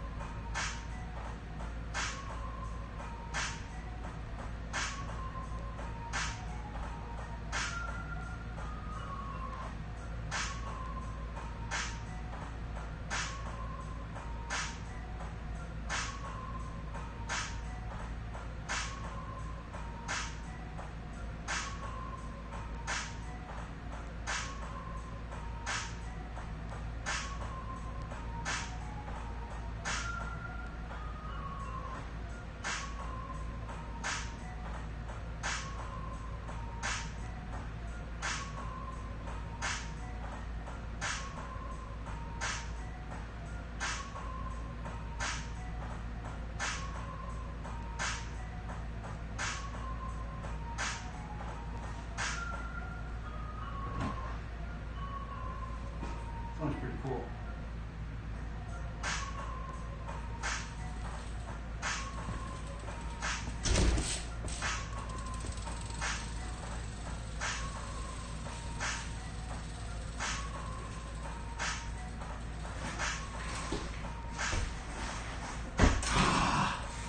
Why is it so hard?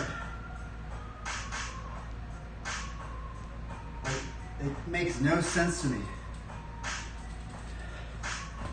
Like, it doesn't even look that hard.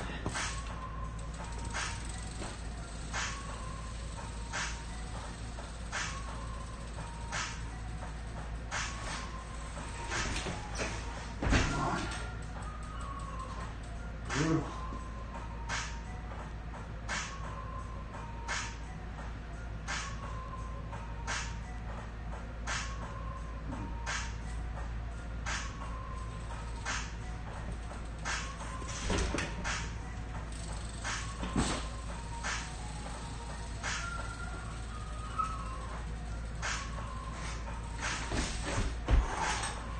I'm gonna have to give up on this trick again, man.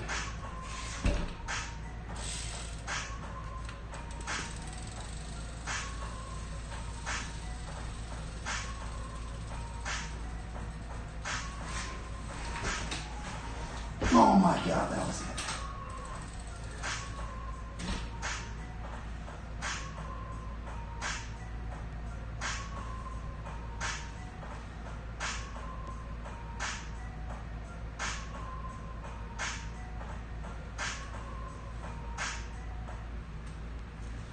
That was it right there.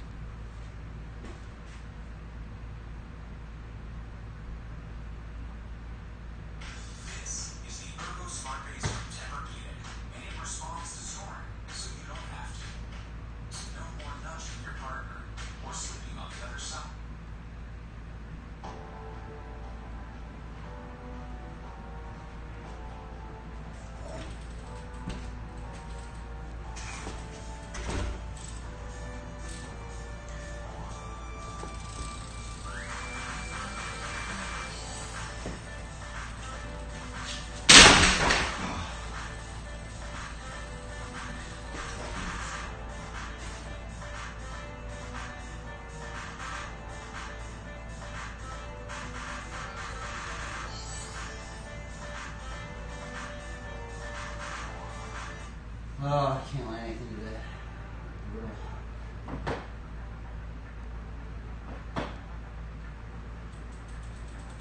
Maybe Undertaker to Jared.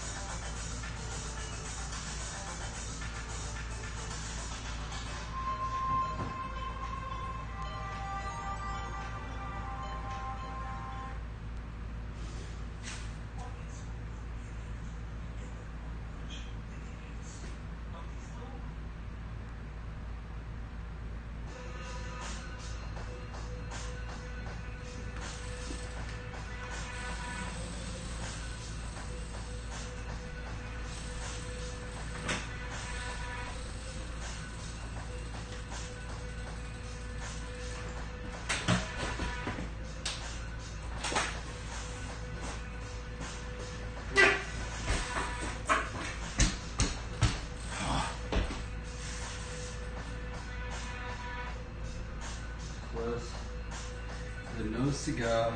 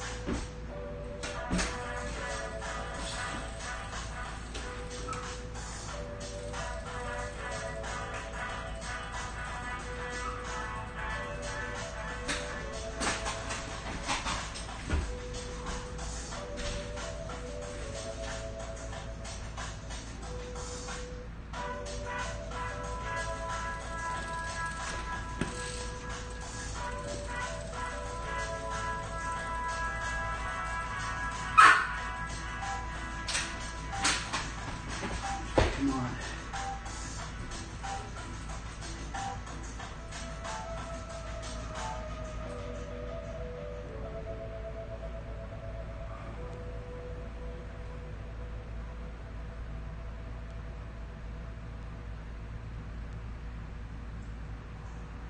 Rufus hates being stuck inside. Luckily, Amy's a big eggs. Let's see if it'll dry out.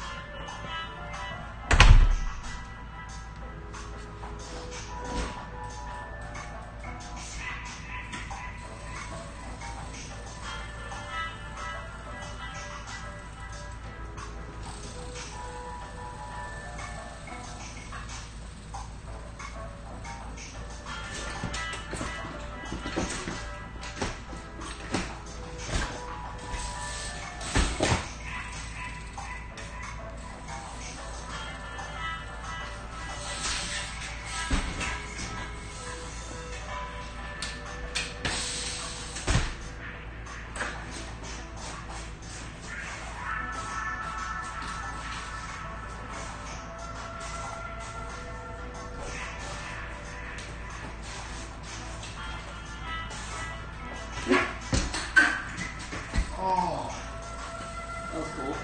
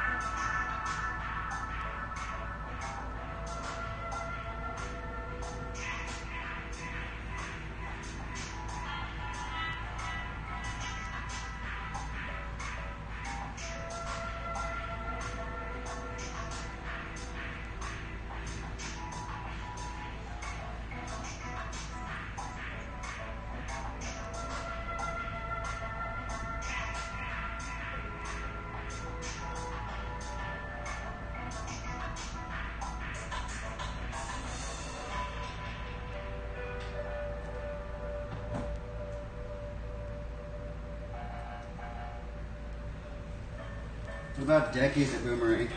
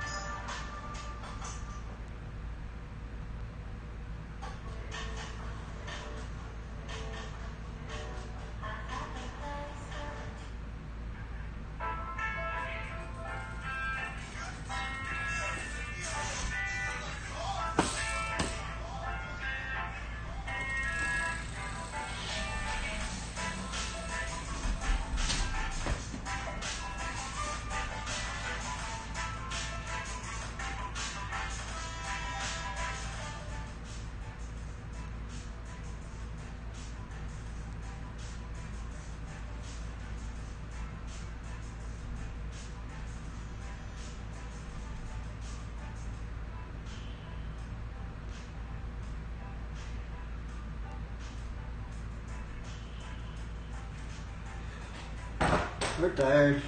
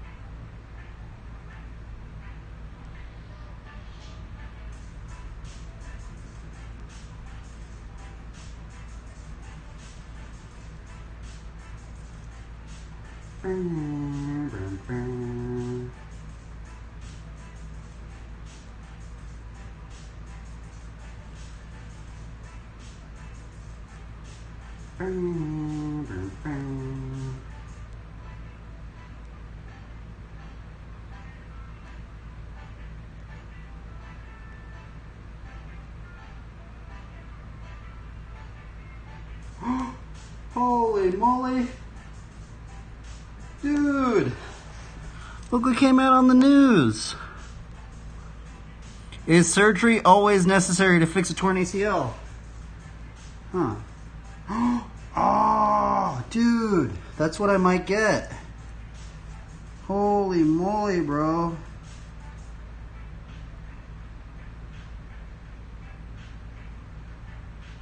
Watch this.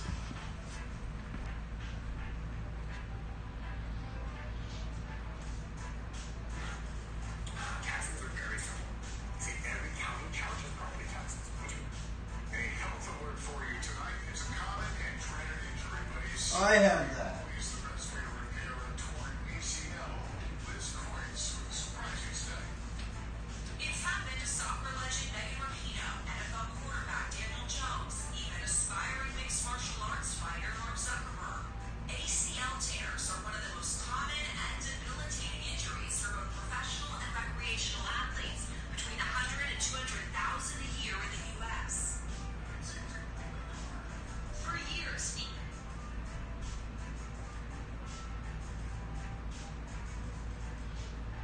Wait, where is it?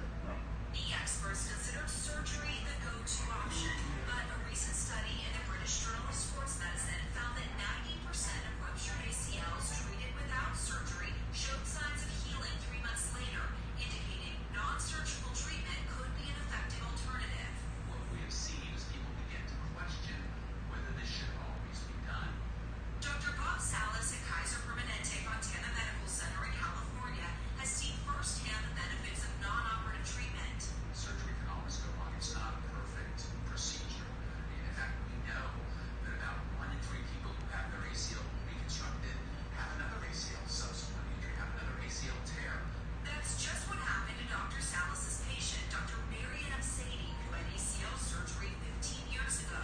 When you tore your ACL, what options were you given? I was asked, do you feel a little shift when you're going up and down the stairs? And I said yes. And so I was not given options. I was recommended surgery.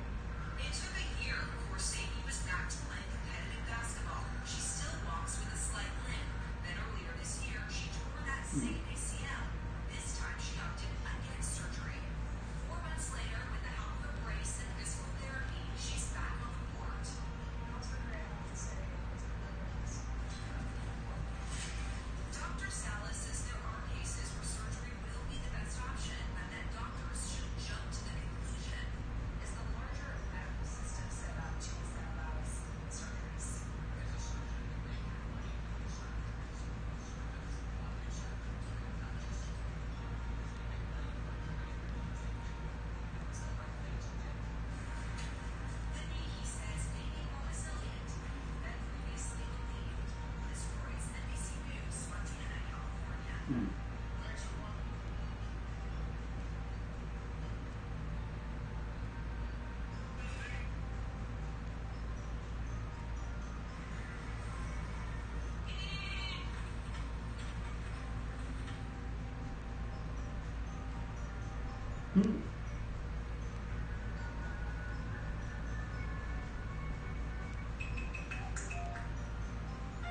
Little monkey.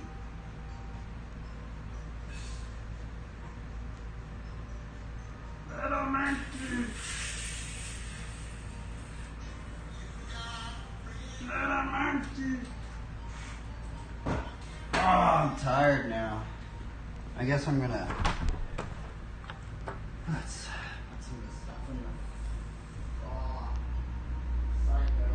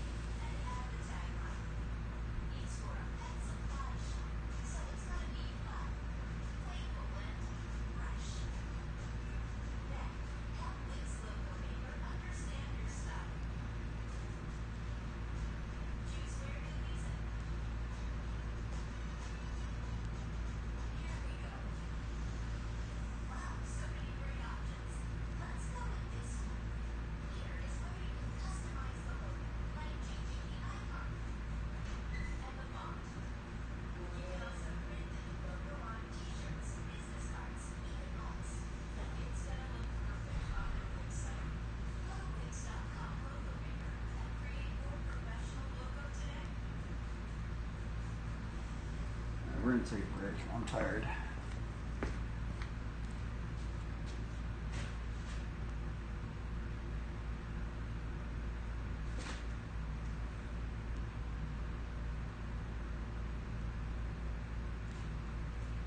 I'm gonna put that up like that, I guess.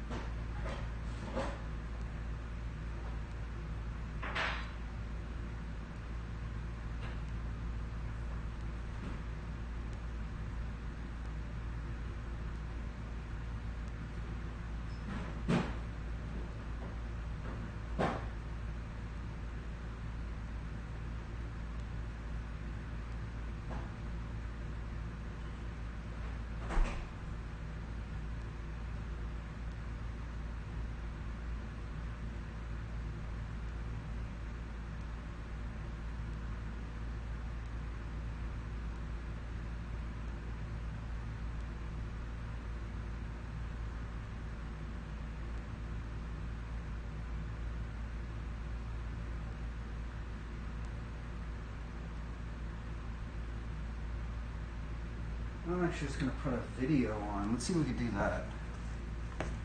I'm hungry. We're hungry, man.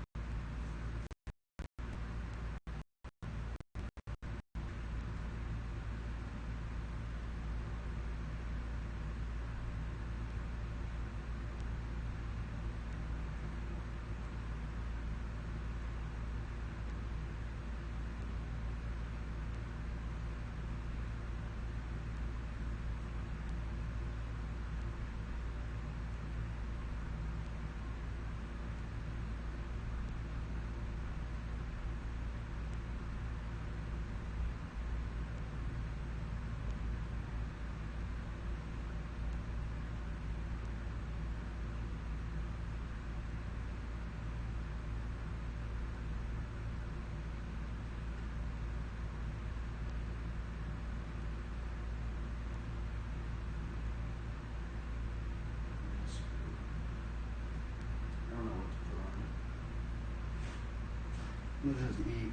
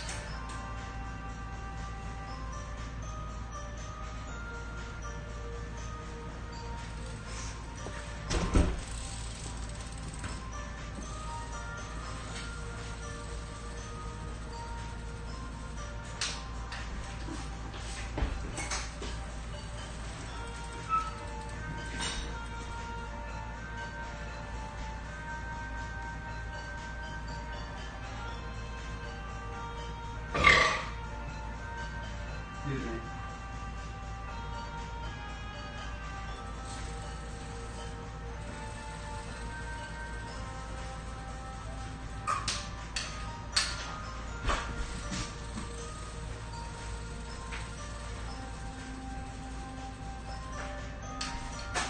Oh my god, that was scary.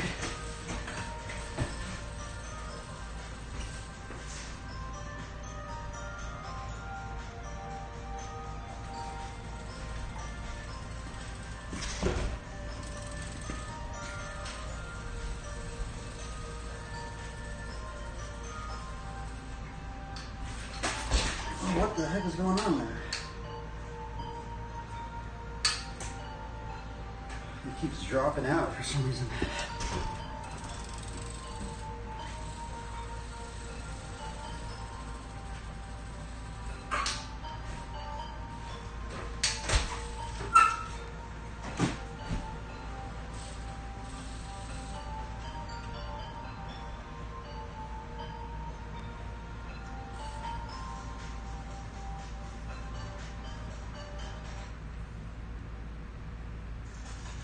Hey everyone, this is Team Honduras.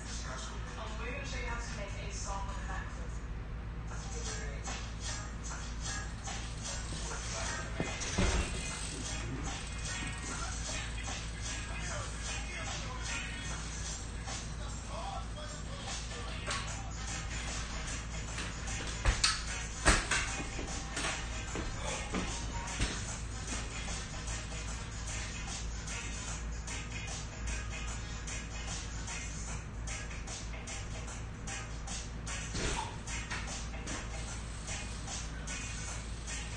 How far can I be out? I should probably do it like over here.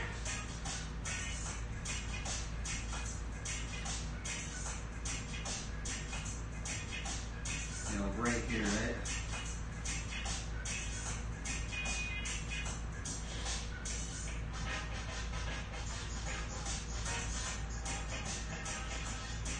I'm gonna be a little bit closer, like right here.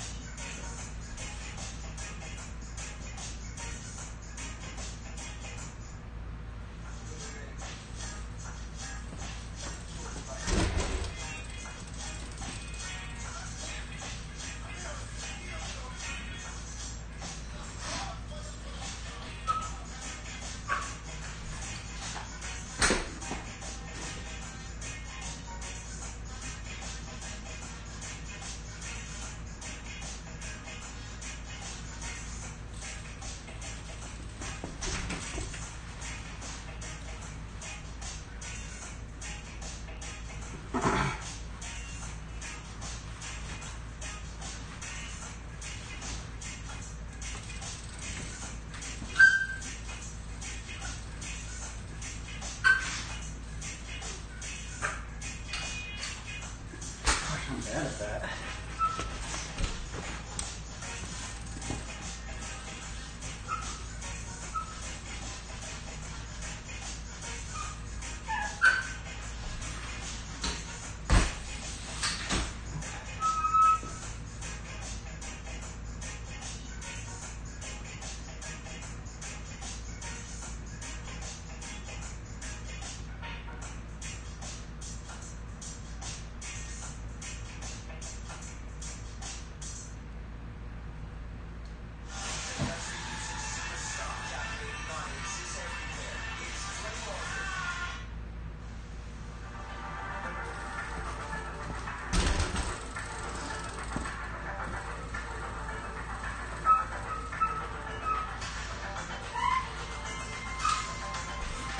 Oh, it's scary. Why does it do that?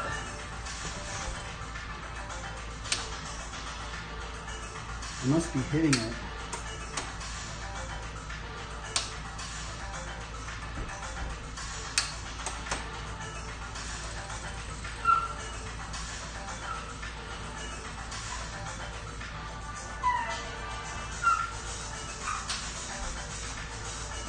Come on.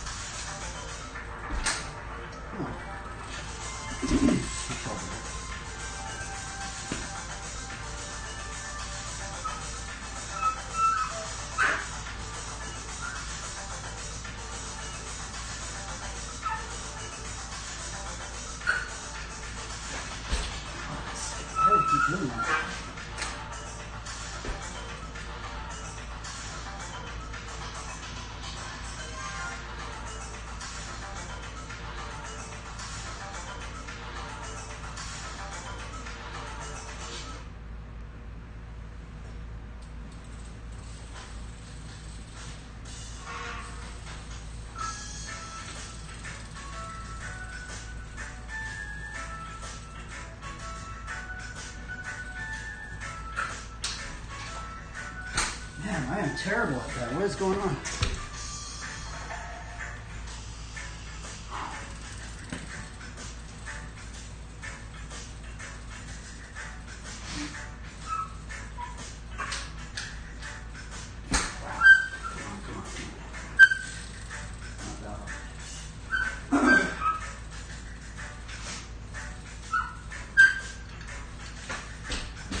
Keeps like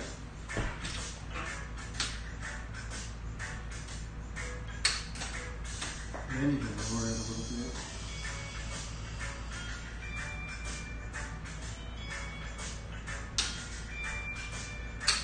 I'm probably not pressing it hard enough.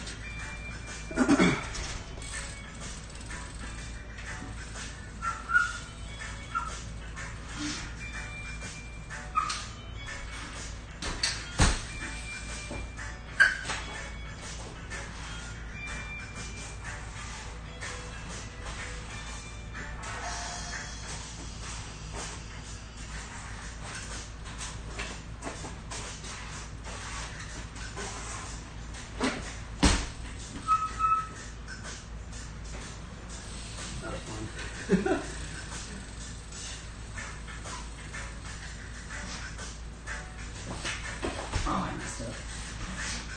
I'm mad at that. I want to do it good though.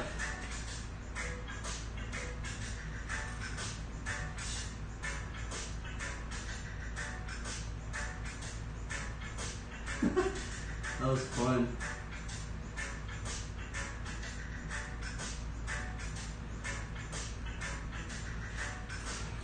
I feel like if I just listen to a happy song, like, you don't get as frustrated as fast. That is, yeah, man, that is just me. I'm pretty sure that happens to a lot of people.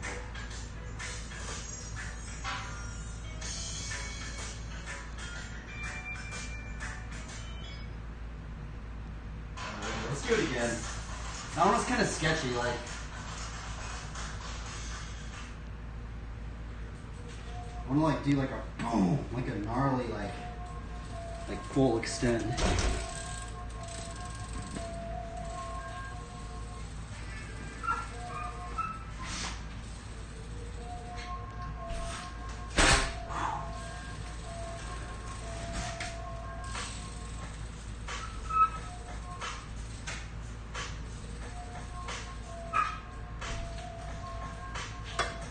Hiya. I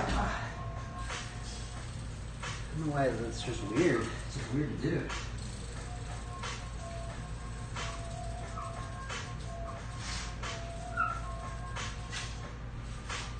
Come on. What the heck? Alright, can't get frustrated. It's weird. Like, it's just such a weird trick. Like, you have to like hold your bars all weird to like get to lock it in.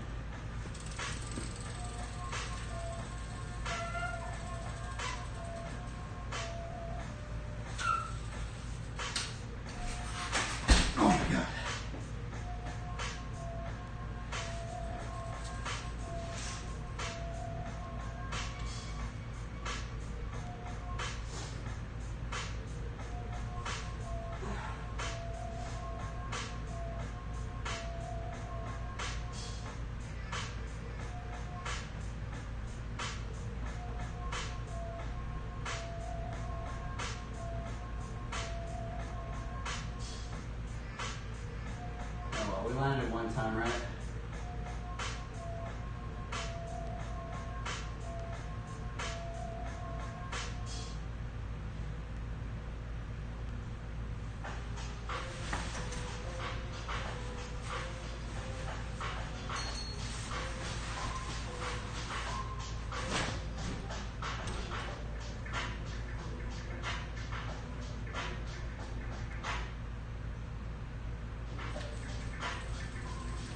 do it again.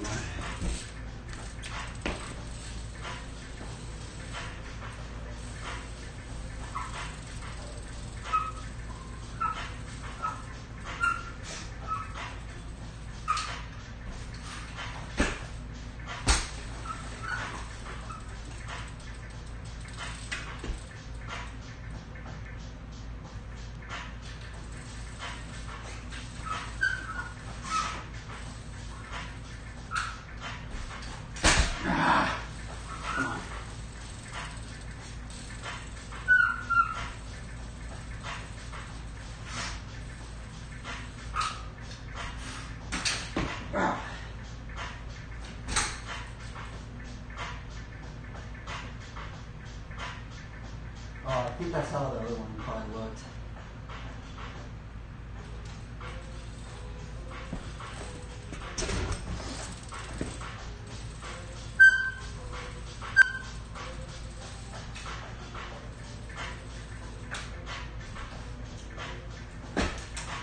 Fudge.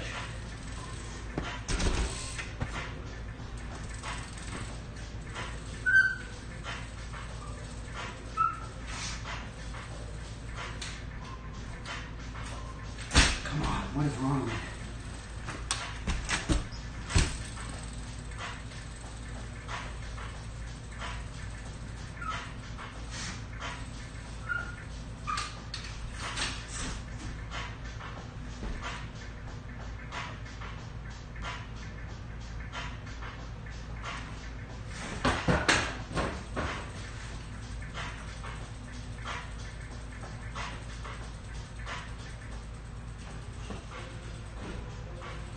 And I guess I am doing it from the pedals. It's probably what makes it harder.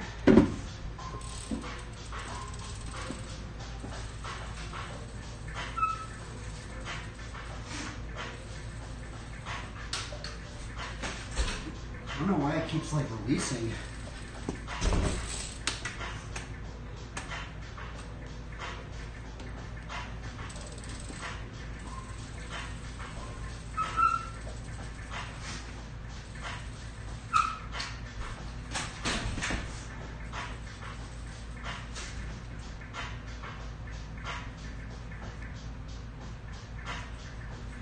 Why does it keep releasing on me? Is it because like, I guess I might not be pushing it down hard enough.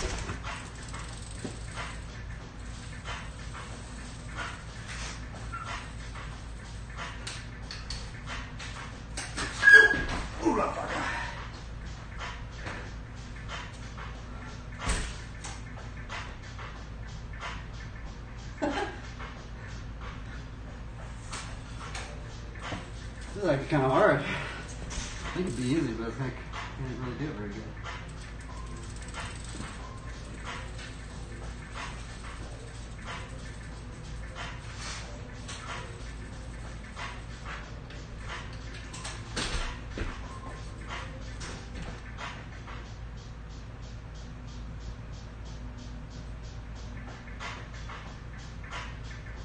Nope, I guess I failed there. I landed one time.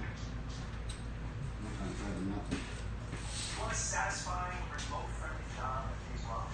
Become a software engineer in only 10.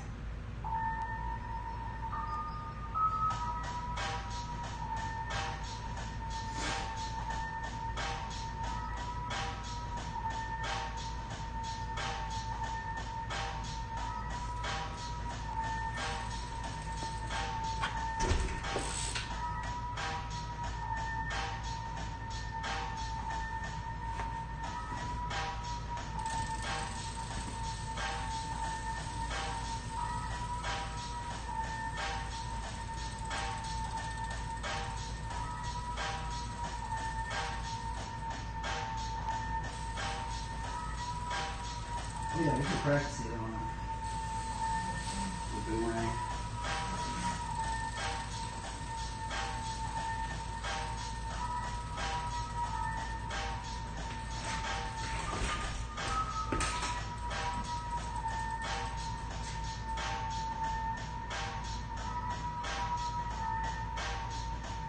Yeah, we gotta land one today.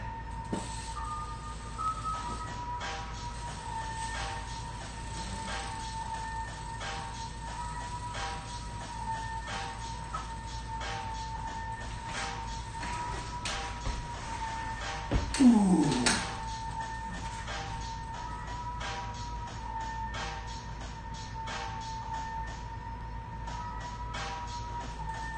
We're close. That's a good ab workout right there, man.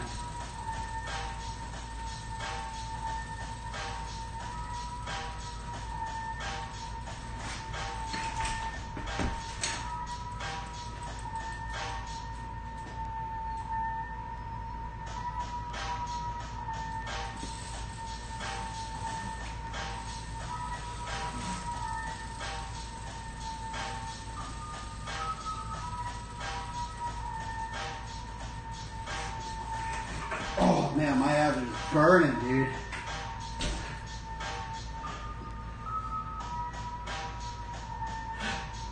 It's just a straight just ab workout right there, bro.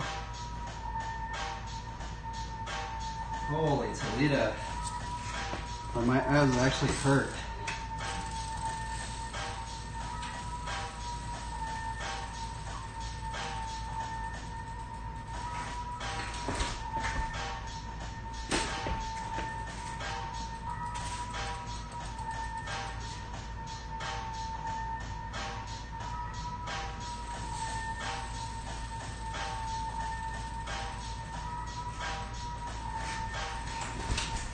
Come on.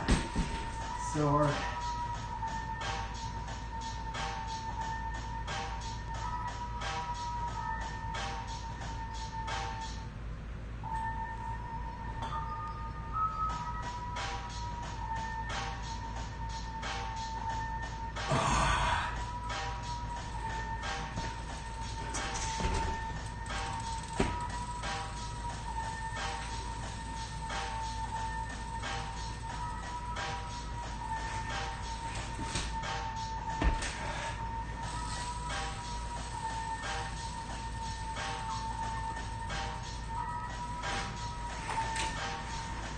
Oh, what is wrong with me?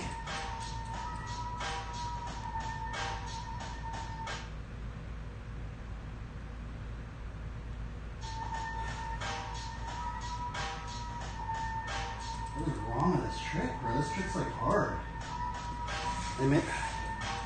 It like doesn't even look that cool either.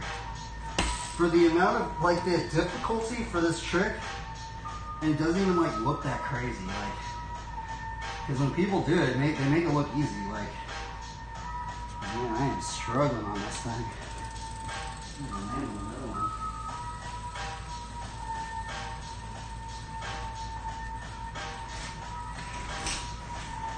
Come on. Okay, what am I doing wrong? I'm not. I gotta time this, realign the bike so it's center, and make sure that my weight is in the sphere.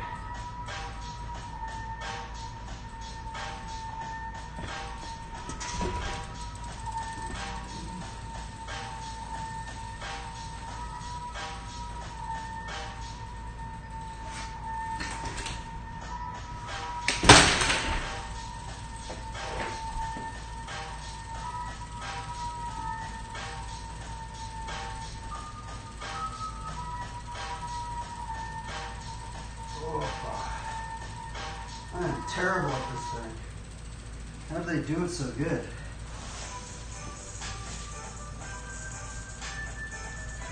I'm just bad at this trick. I think I'm just bad at this trick. I don't know if boomerangs are for me. I am struggling on this thing, man. Oh my goodness. Oh, I want to land another one. I landed 4 yesterday. I have to at least land one today, I think.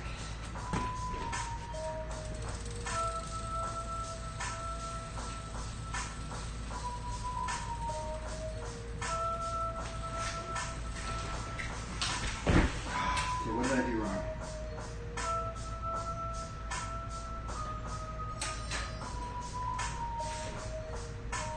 I don't even know.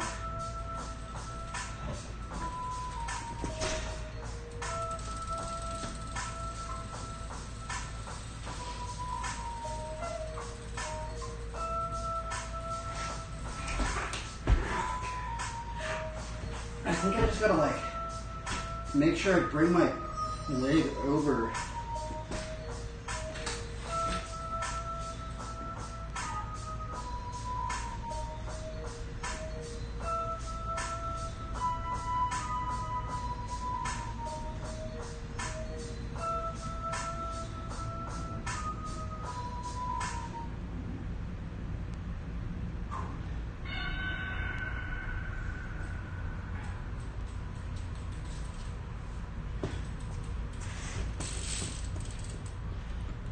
Pass out tomorrow.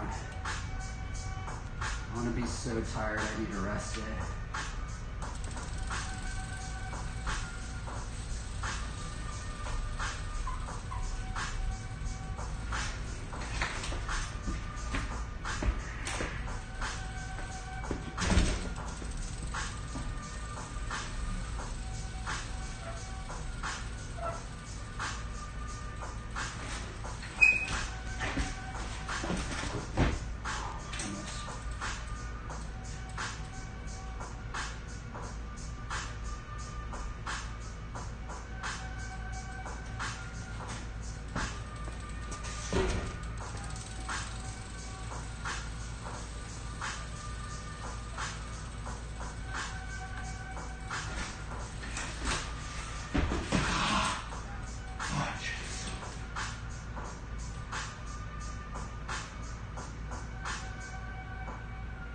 So hard.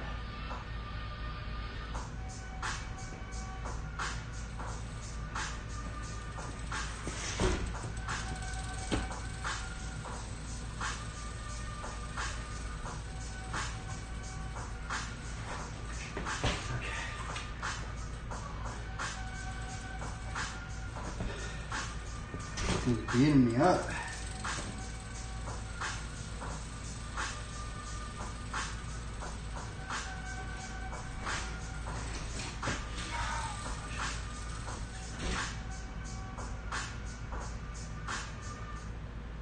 Brutal. That trick is hard. I don't know even how I landed it yesterday now I think about it. It's crazy.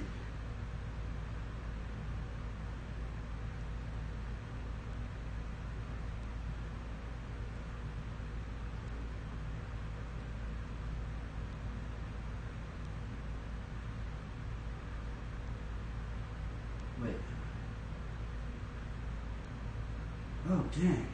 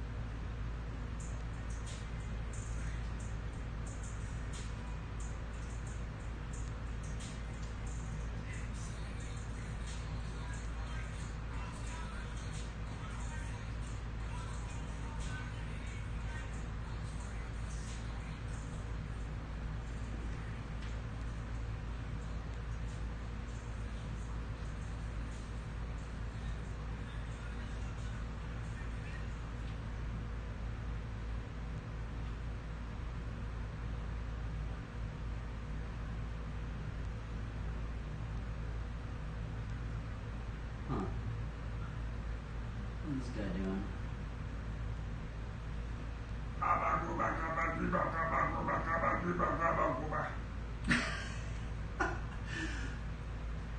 Man, I might have to start playing WoW again, bro.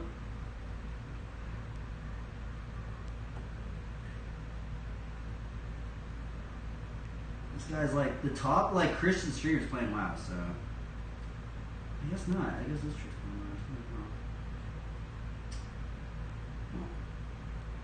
on. Intriguing. Interesting.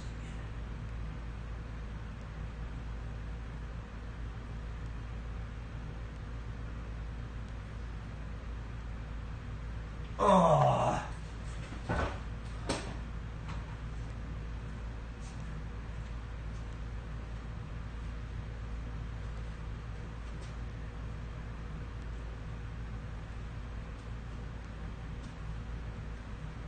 Or why can I do the double flare boomerang?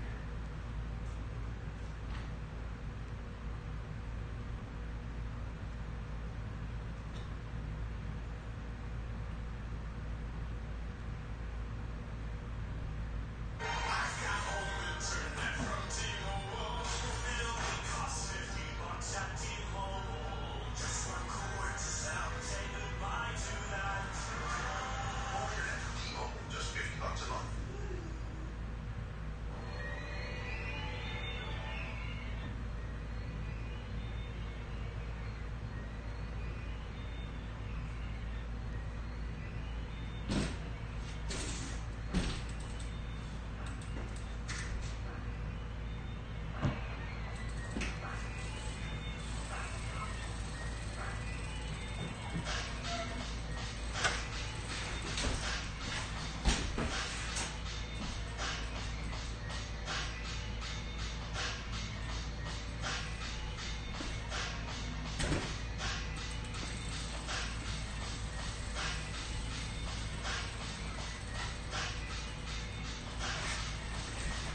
Oh yeah.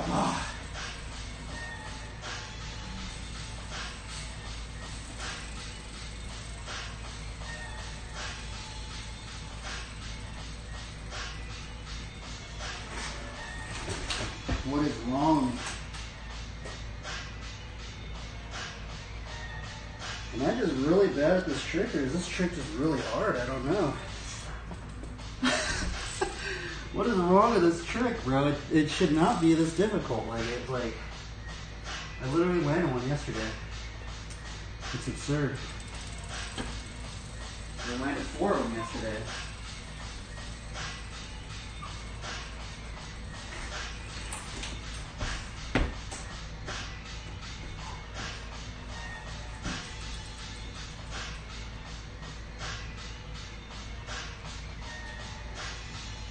Maybe I'm doing it too fast. Maybe I gotta because I remember yesterday I kind of stalled it out a little bit. I stalled it, kind of got my bearings back, and then I did the other one.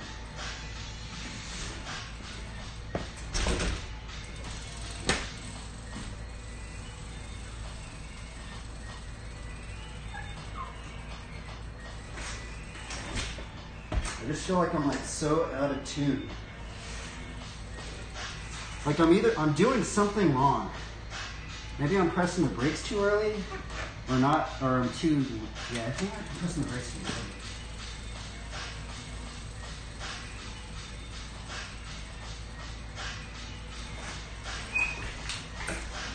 Oh, that's it.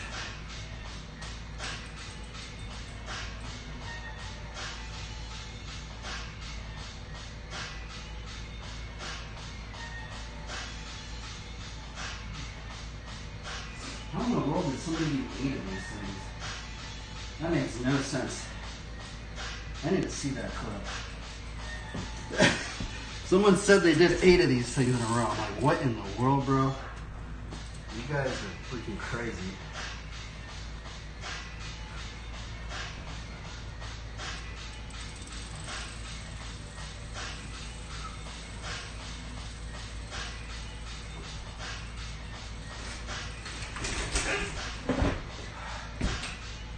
I think I'm not using my leg enough. I gotta shift. I gotta just give it a little oomph. I need 5% more oomph.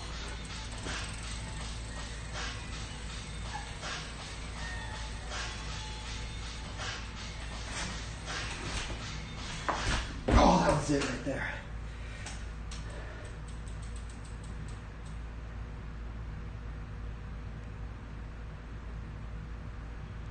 I'm giving up today.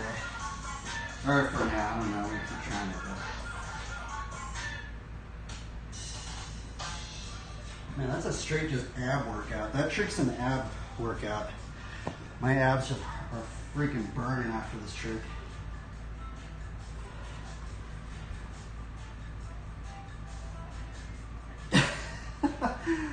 Oh man, the boomerang got me again, dude. It was weird. I did it yesterday, but I can't do it today.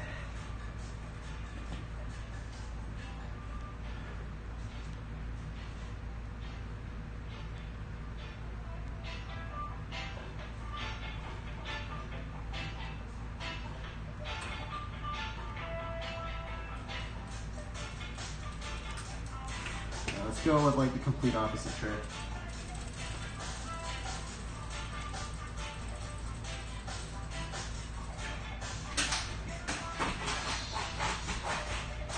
Okay, that was almost it.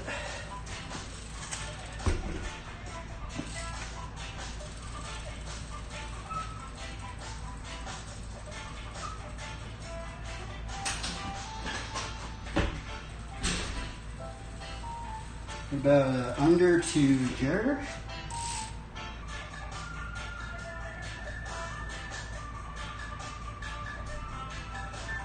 I haven't done a freaking public in a while.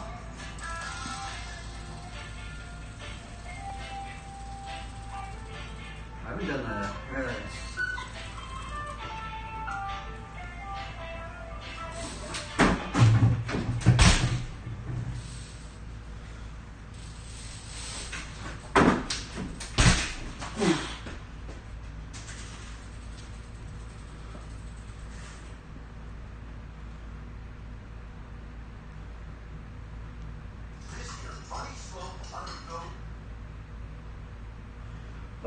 This cream on Hershey's. This triggered something crunchy, creamy, and really tasty. Hershey's cookies and cream.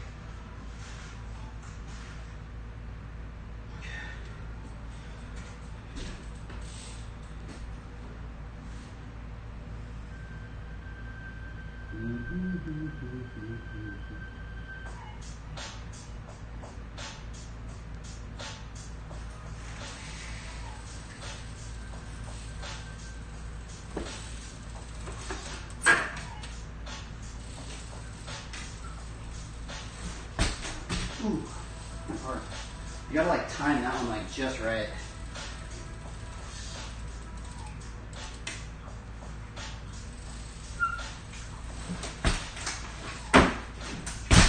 Oh, darn it.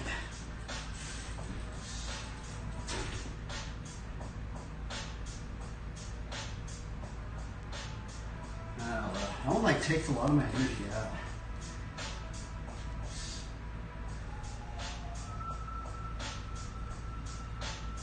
Oh, you know what? I haven't done the Paint 5 to Sprocket Stall in a while.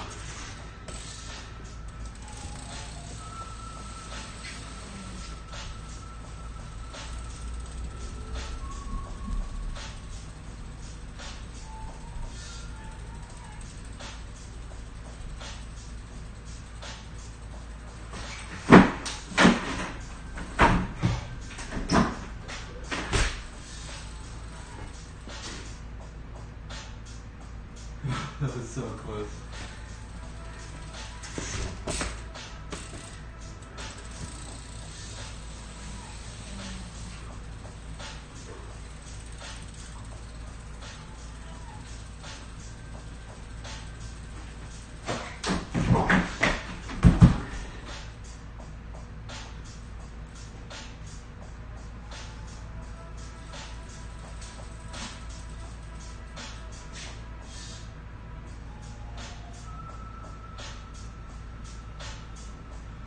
Bikes are fun. Dude, that'd be cool if you just have enough energy just to ride so much longer.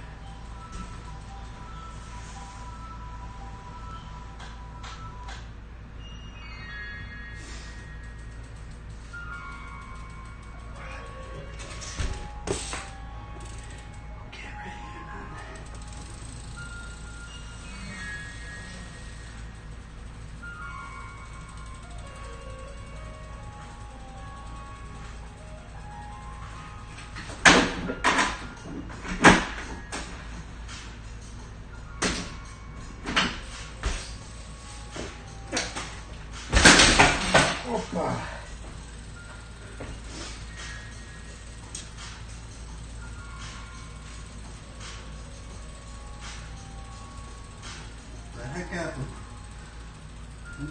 Whistle puff.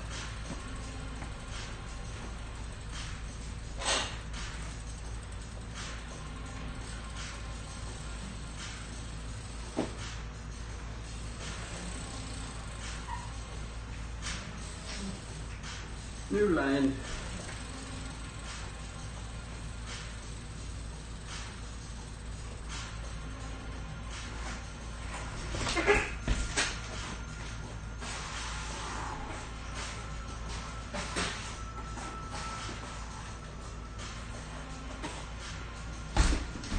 Are you kidding me? That was so close.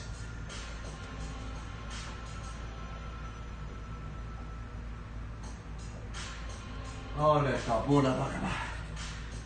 Man. That was close. We almost landed it. We almost landed the combo.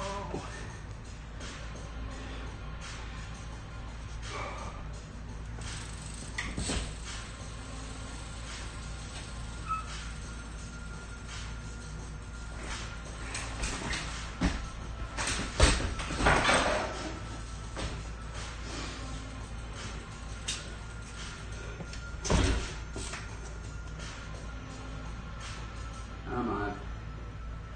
I can't even land anything today. What's wrong with me?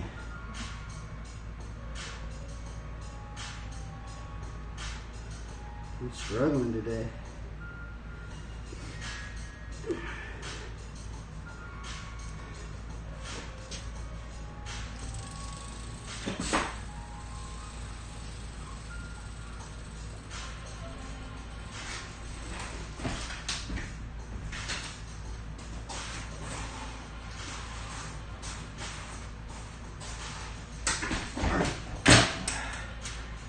Fudge.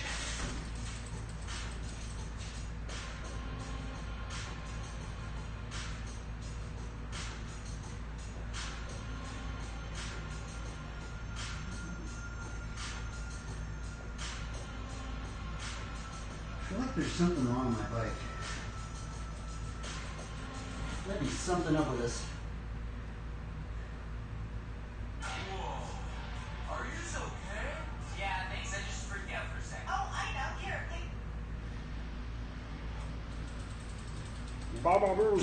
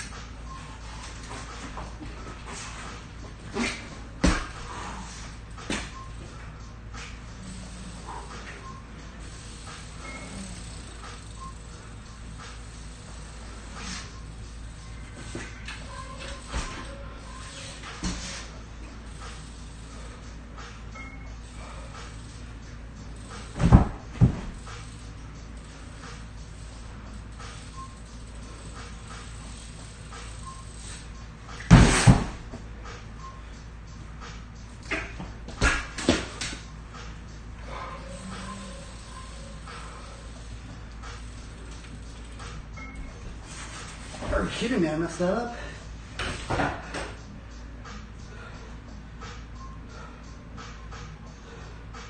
That's crazy. Oh, that tired me out. That like expended all my energy.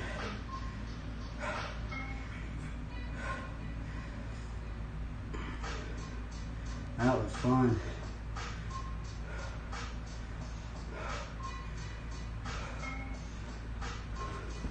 Yippee! something.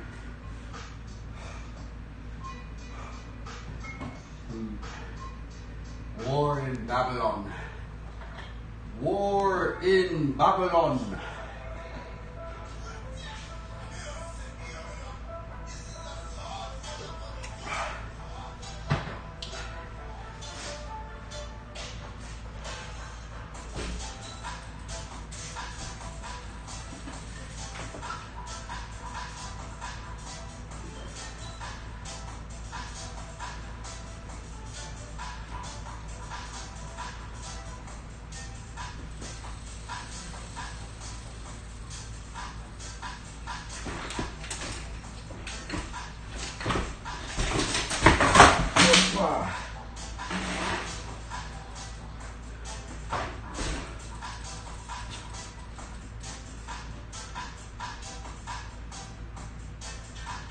What in the world?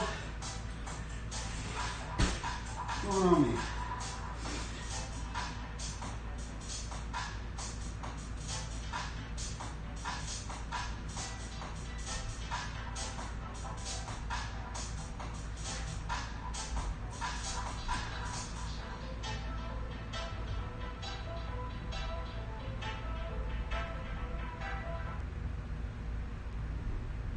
Ain't better than Butterfinger. Every bite of that crispy, crunchy, peanut buttery bar leaves with Now let's see if we can land a double boomerang. I haven't landed one today. A double flare boomerang.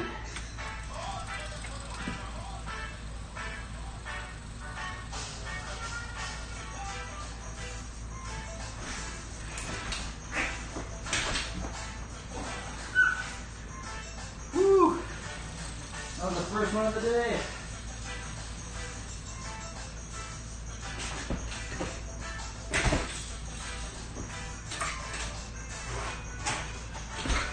I don't even care if I didn't land that. We actually landed it. I can end the stream satisfied. That's all I wanted to land all day today. That one trick.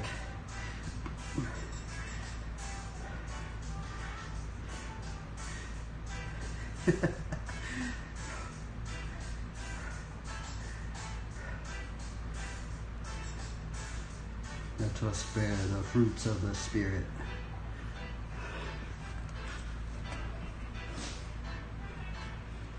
Joy, joy, joy, joy.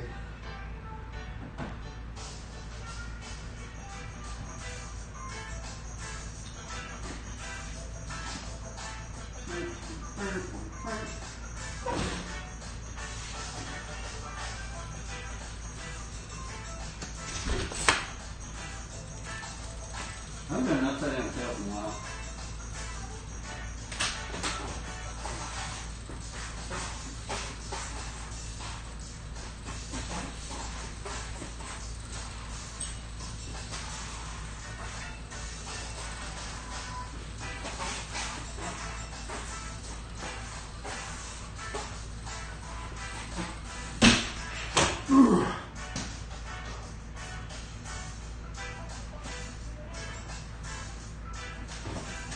Are you kidding me? No!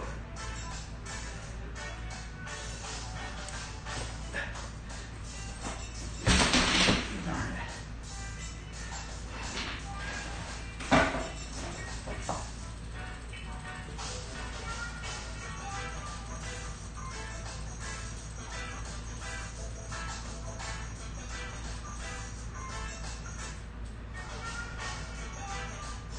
No upside down tail for today. But we were close.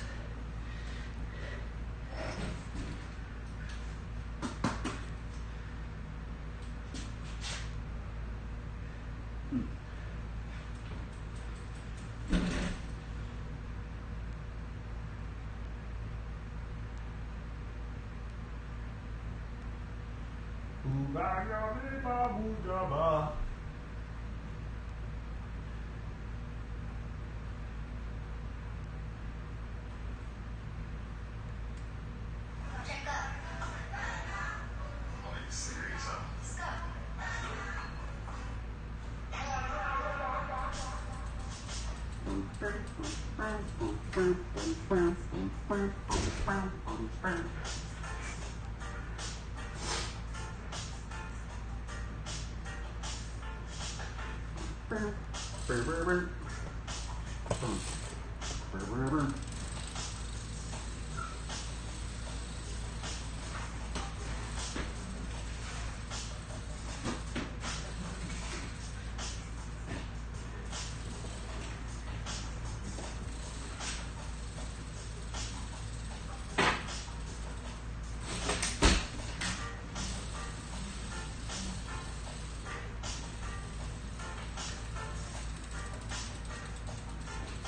Oh yeah, haven't actually made one in a while.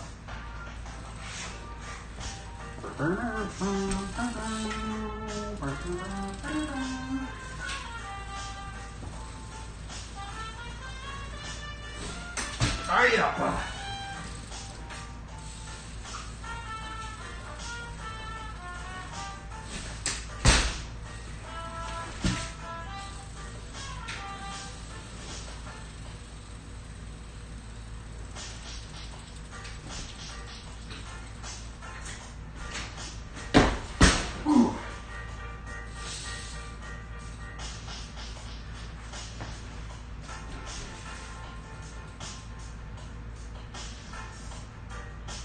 Almost.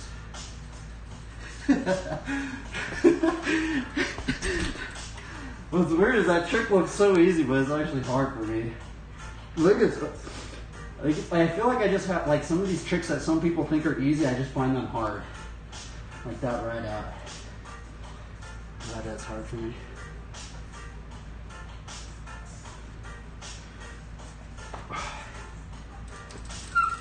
Locomotive?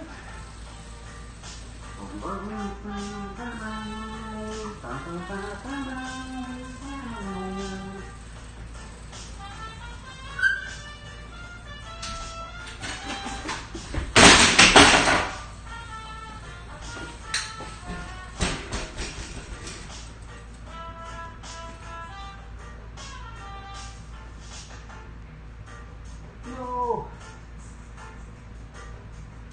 They're so close. So close yet so far.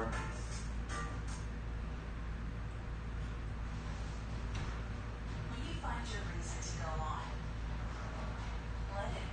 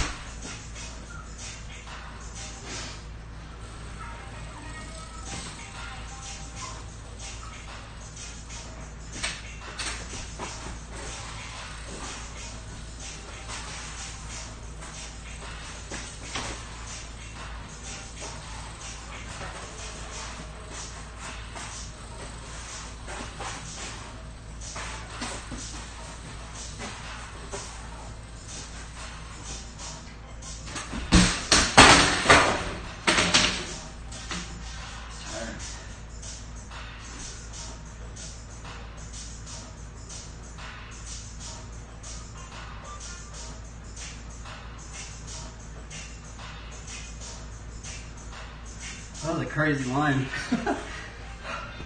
Just lifting our hands to the Lord.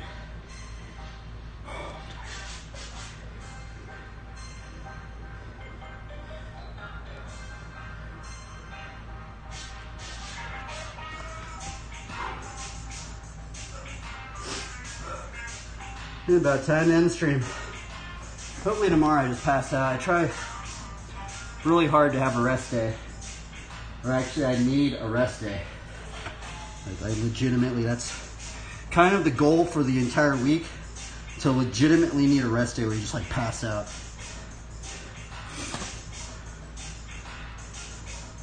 Okay, we're gonna read some Bible verses and end the stream. Okay, let's see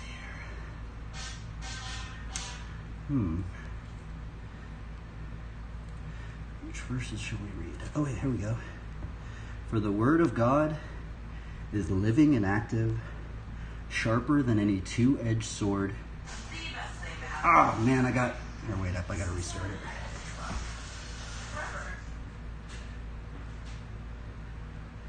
Got interrupted by a commercial. Okay, let's start this over again. Hebrews 4, verses 12 through 11, verse 16. For the word of God is living, or let me restart it. For the word of God is living and active, sharper than any two-edged sword, piercing to the division of soul and of spirit, of joints and of marrow, and discerning the thoughts and intentions of the heart. And no creature is hidden from his sight, but all are naked and exposed to the eyes of him who we must give account. Since then we have a great high priest who has passed through the heavens, Jesus, the Son of God. Let us hold fast our confession. For we do not have a high priest who is unable to sympathize with our weaknesses, but one who in every respect has been tempted as we are, yet without sin. Let us then with confidence draw near to the throne of grace, that we may receive mercy and find grace to help in time of need. Wow, I've never really... It's weird because I've read these many times, but there's always something that stands out to me. And it's that confidence part. Let us then with confidence draw near to the throne. I want to underline that. With confidence. I guess that kind of reminds me of Proverbs 28:1. That being bold. Let us give glory to the Lord of Lords and the King of Kings, the Lord Jesus Christ. Anyway, anybody that watches these streams, well, I hope you guys have a good one. Remember, just to keep going, try your best, try and have fun, try and find ways to do something that doesn't burn you out. I think that's kind of that's actually what I've been trying to do lately. Just trying to figure out ways, how can you do things consistently without getting burned out? That's what I've been after lately. Anyway, farewell everybody. Blessings to you guys, man. And gals, anybody watching these things. Be out of here. Peace.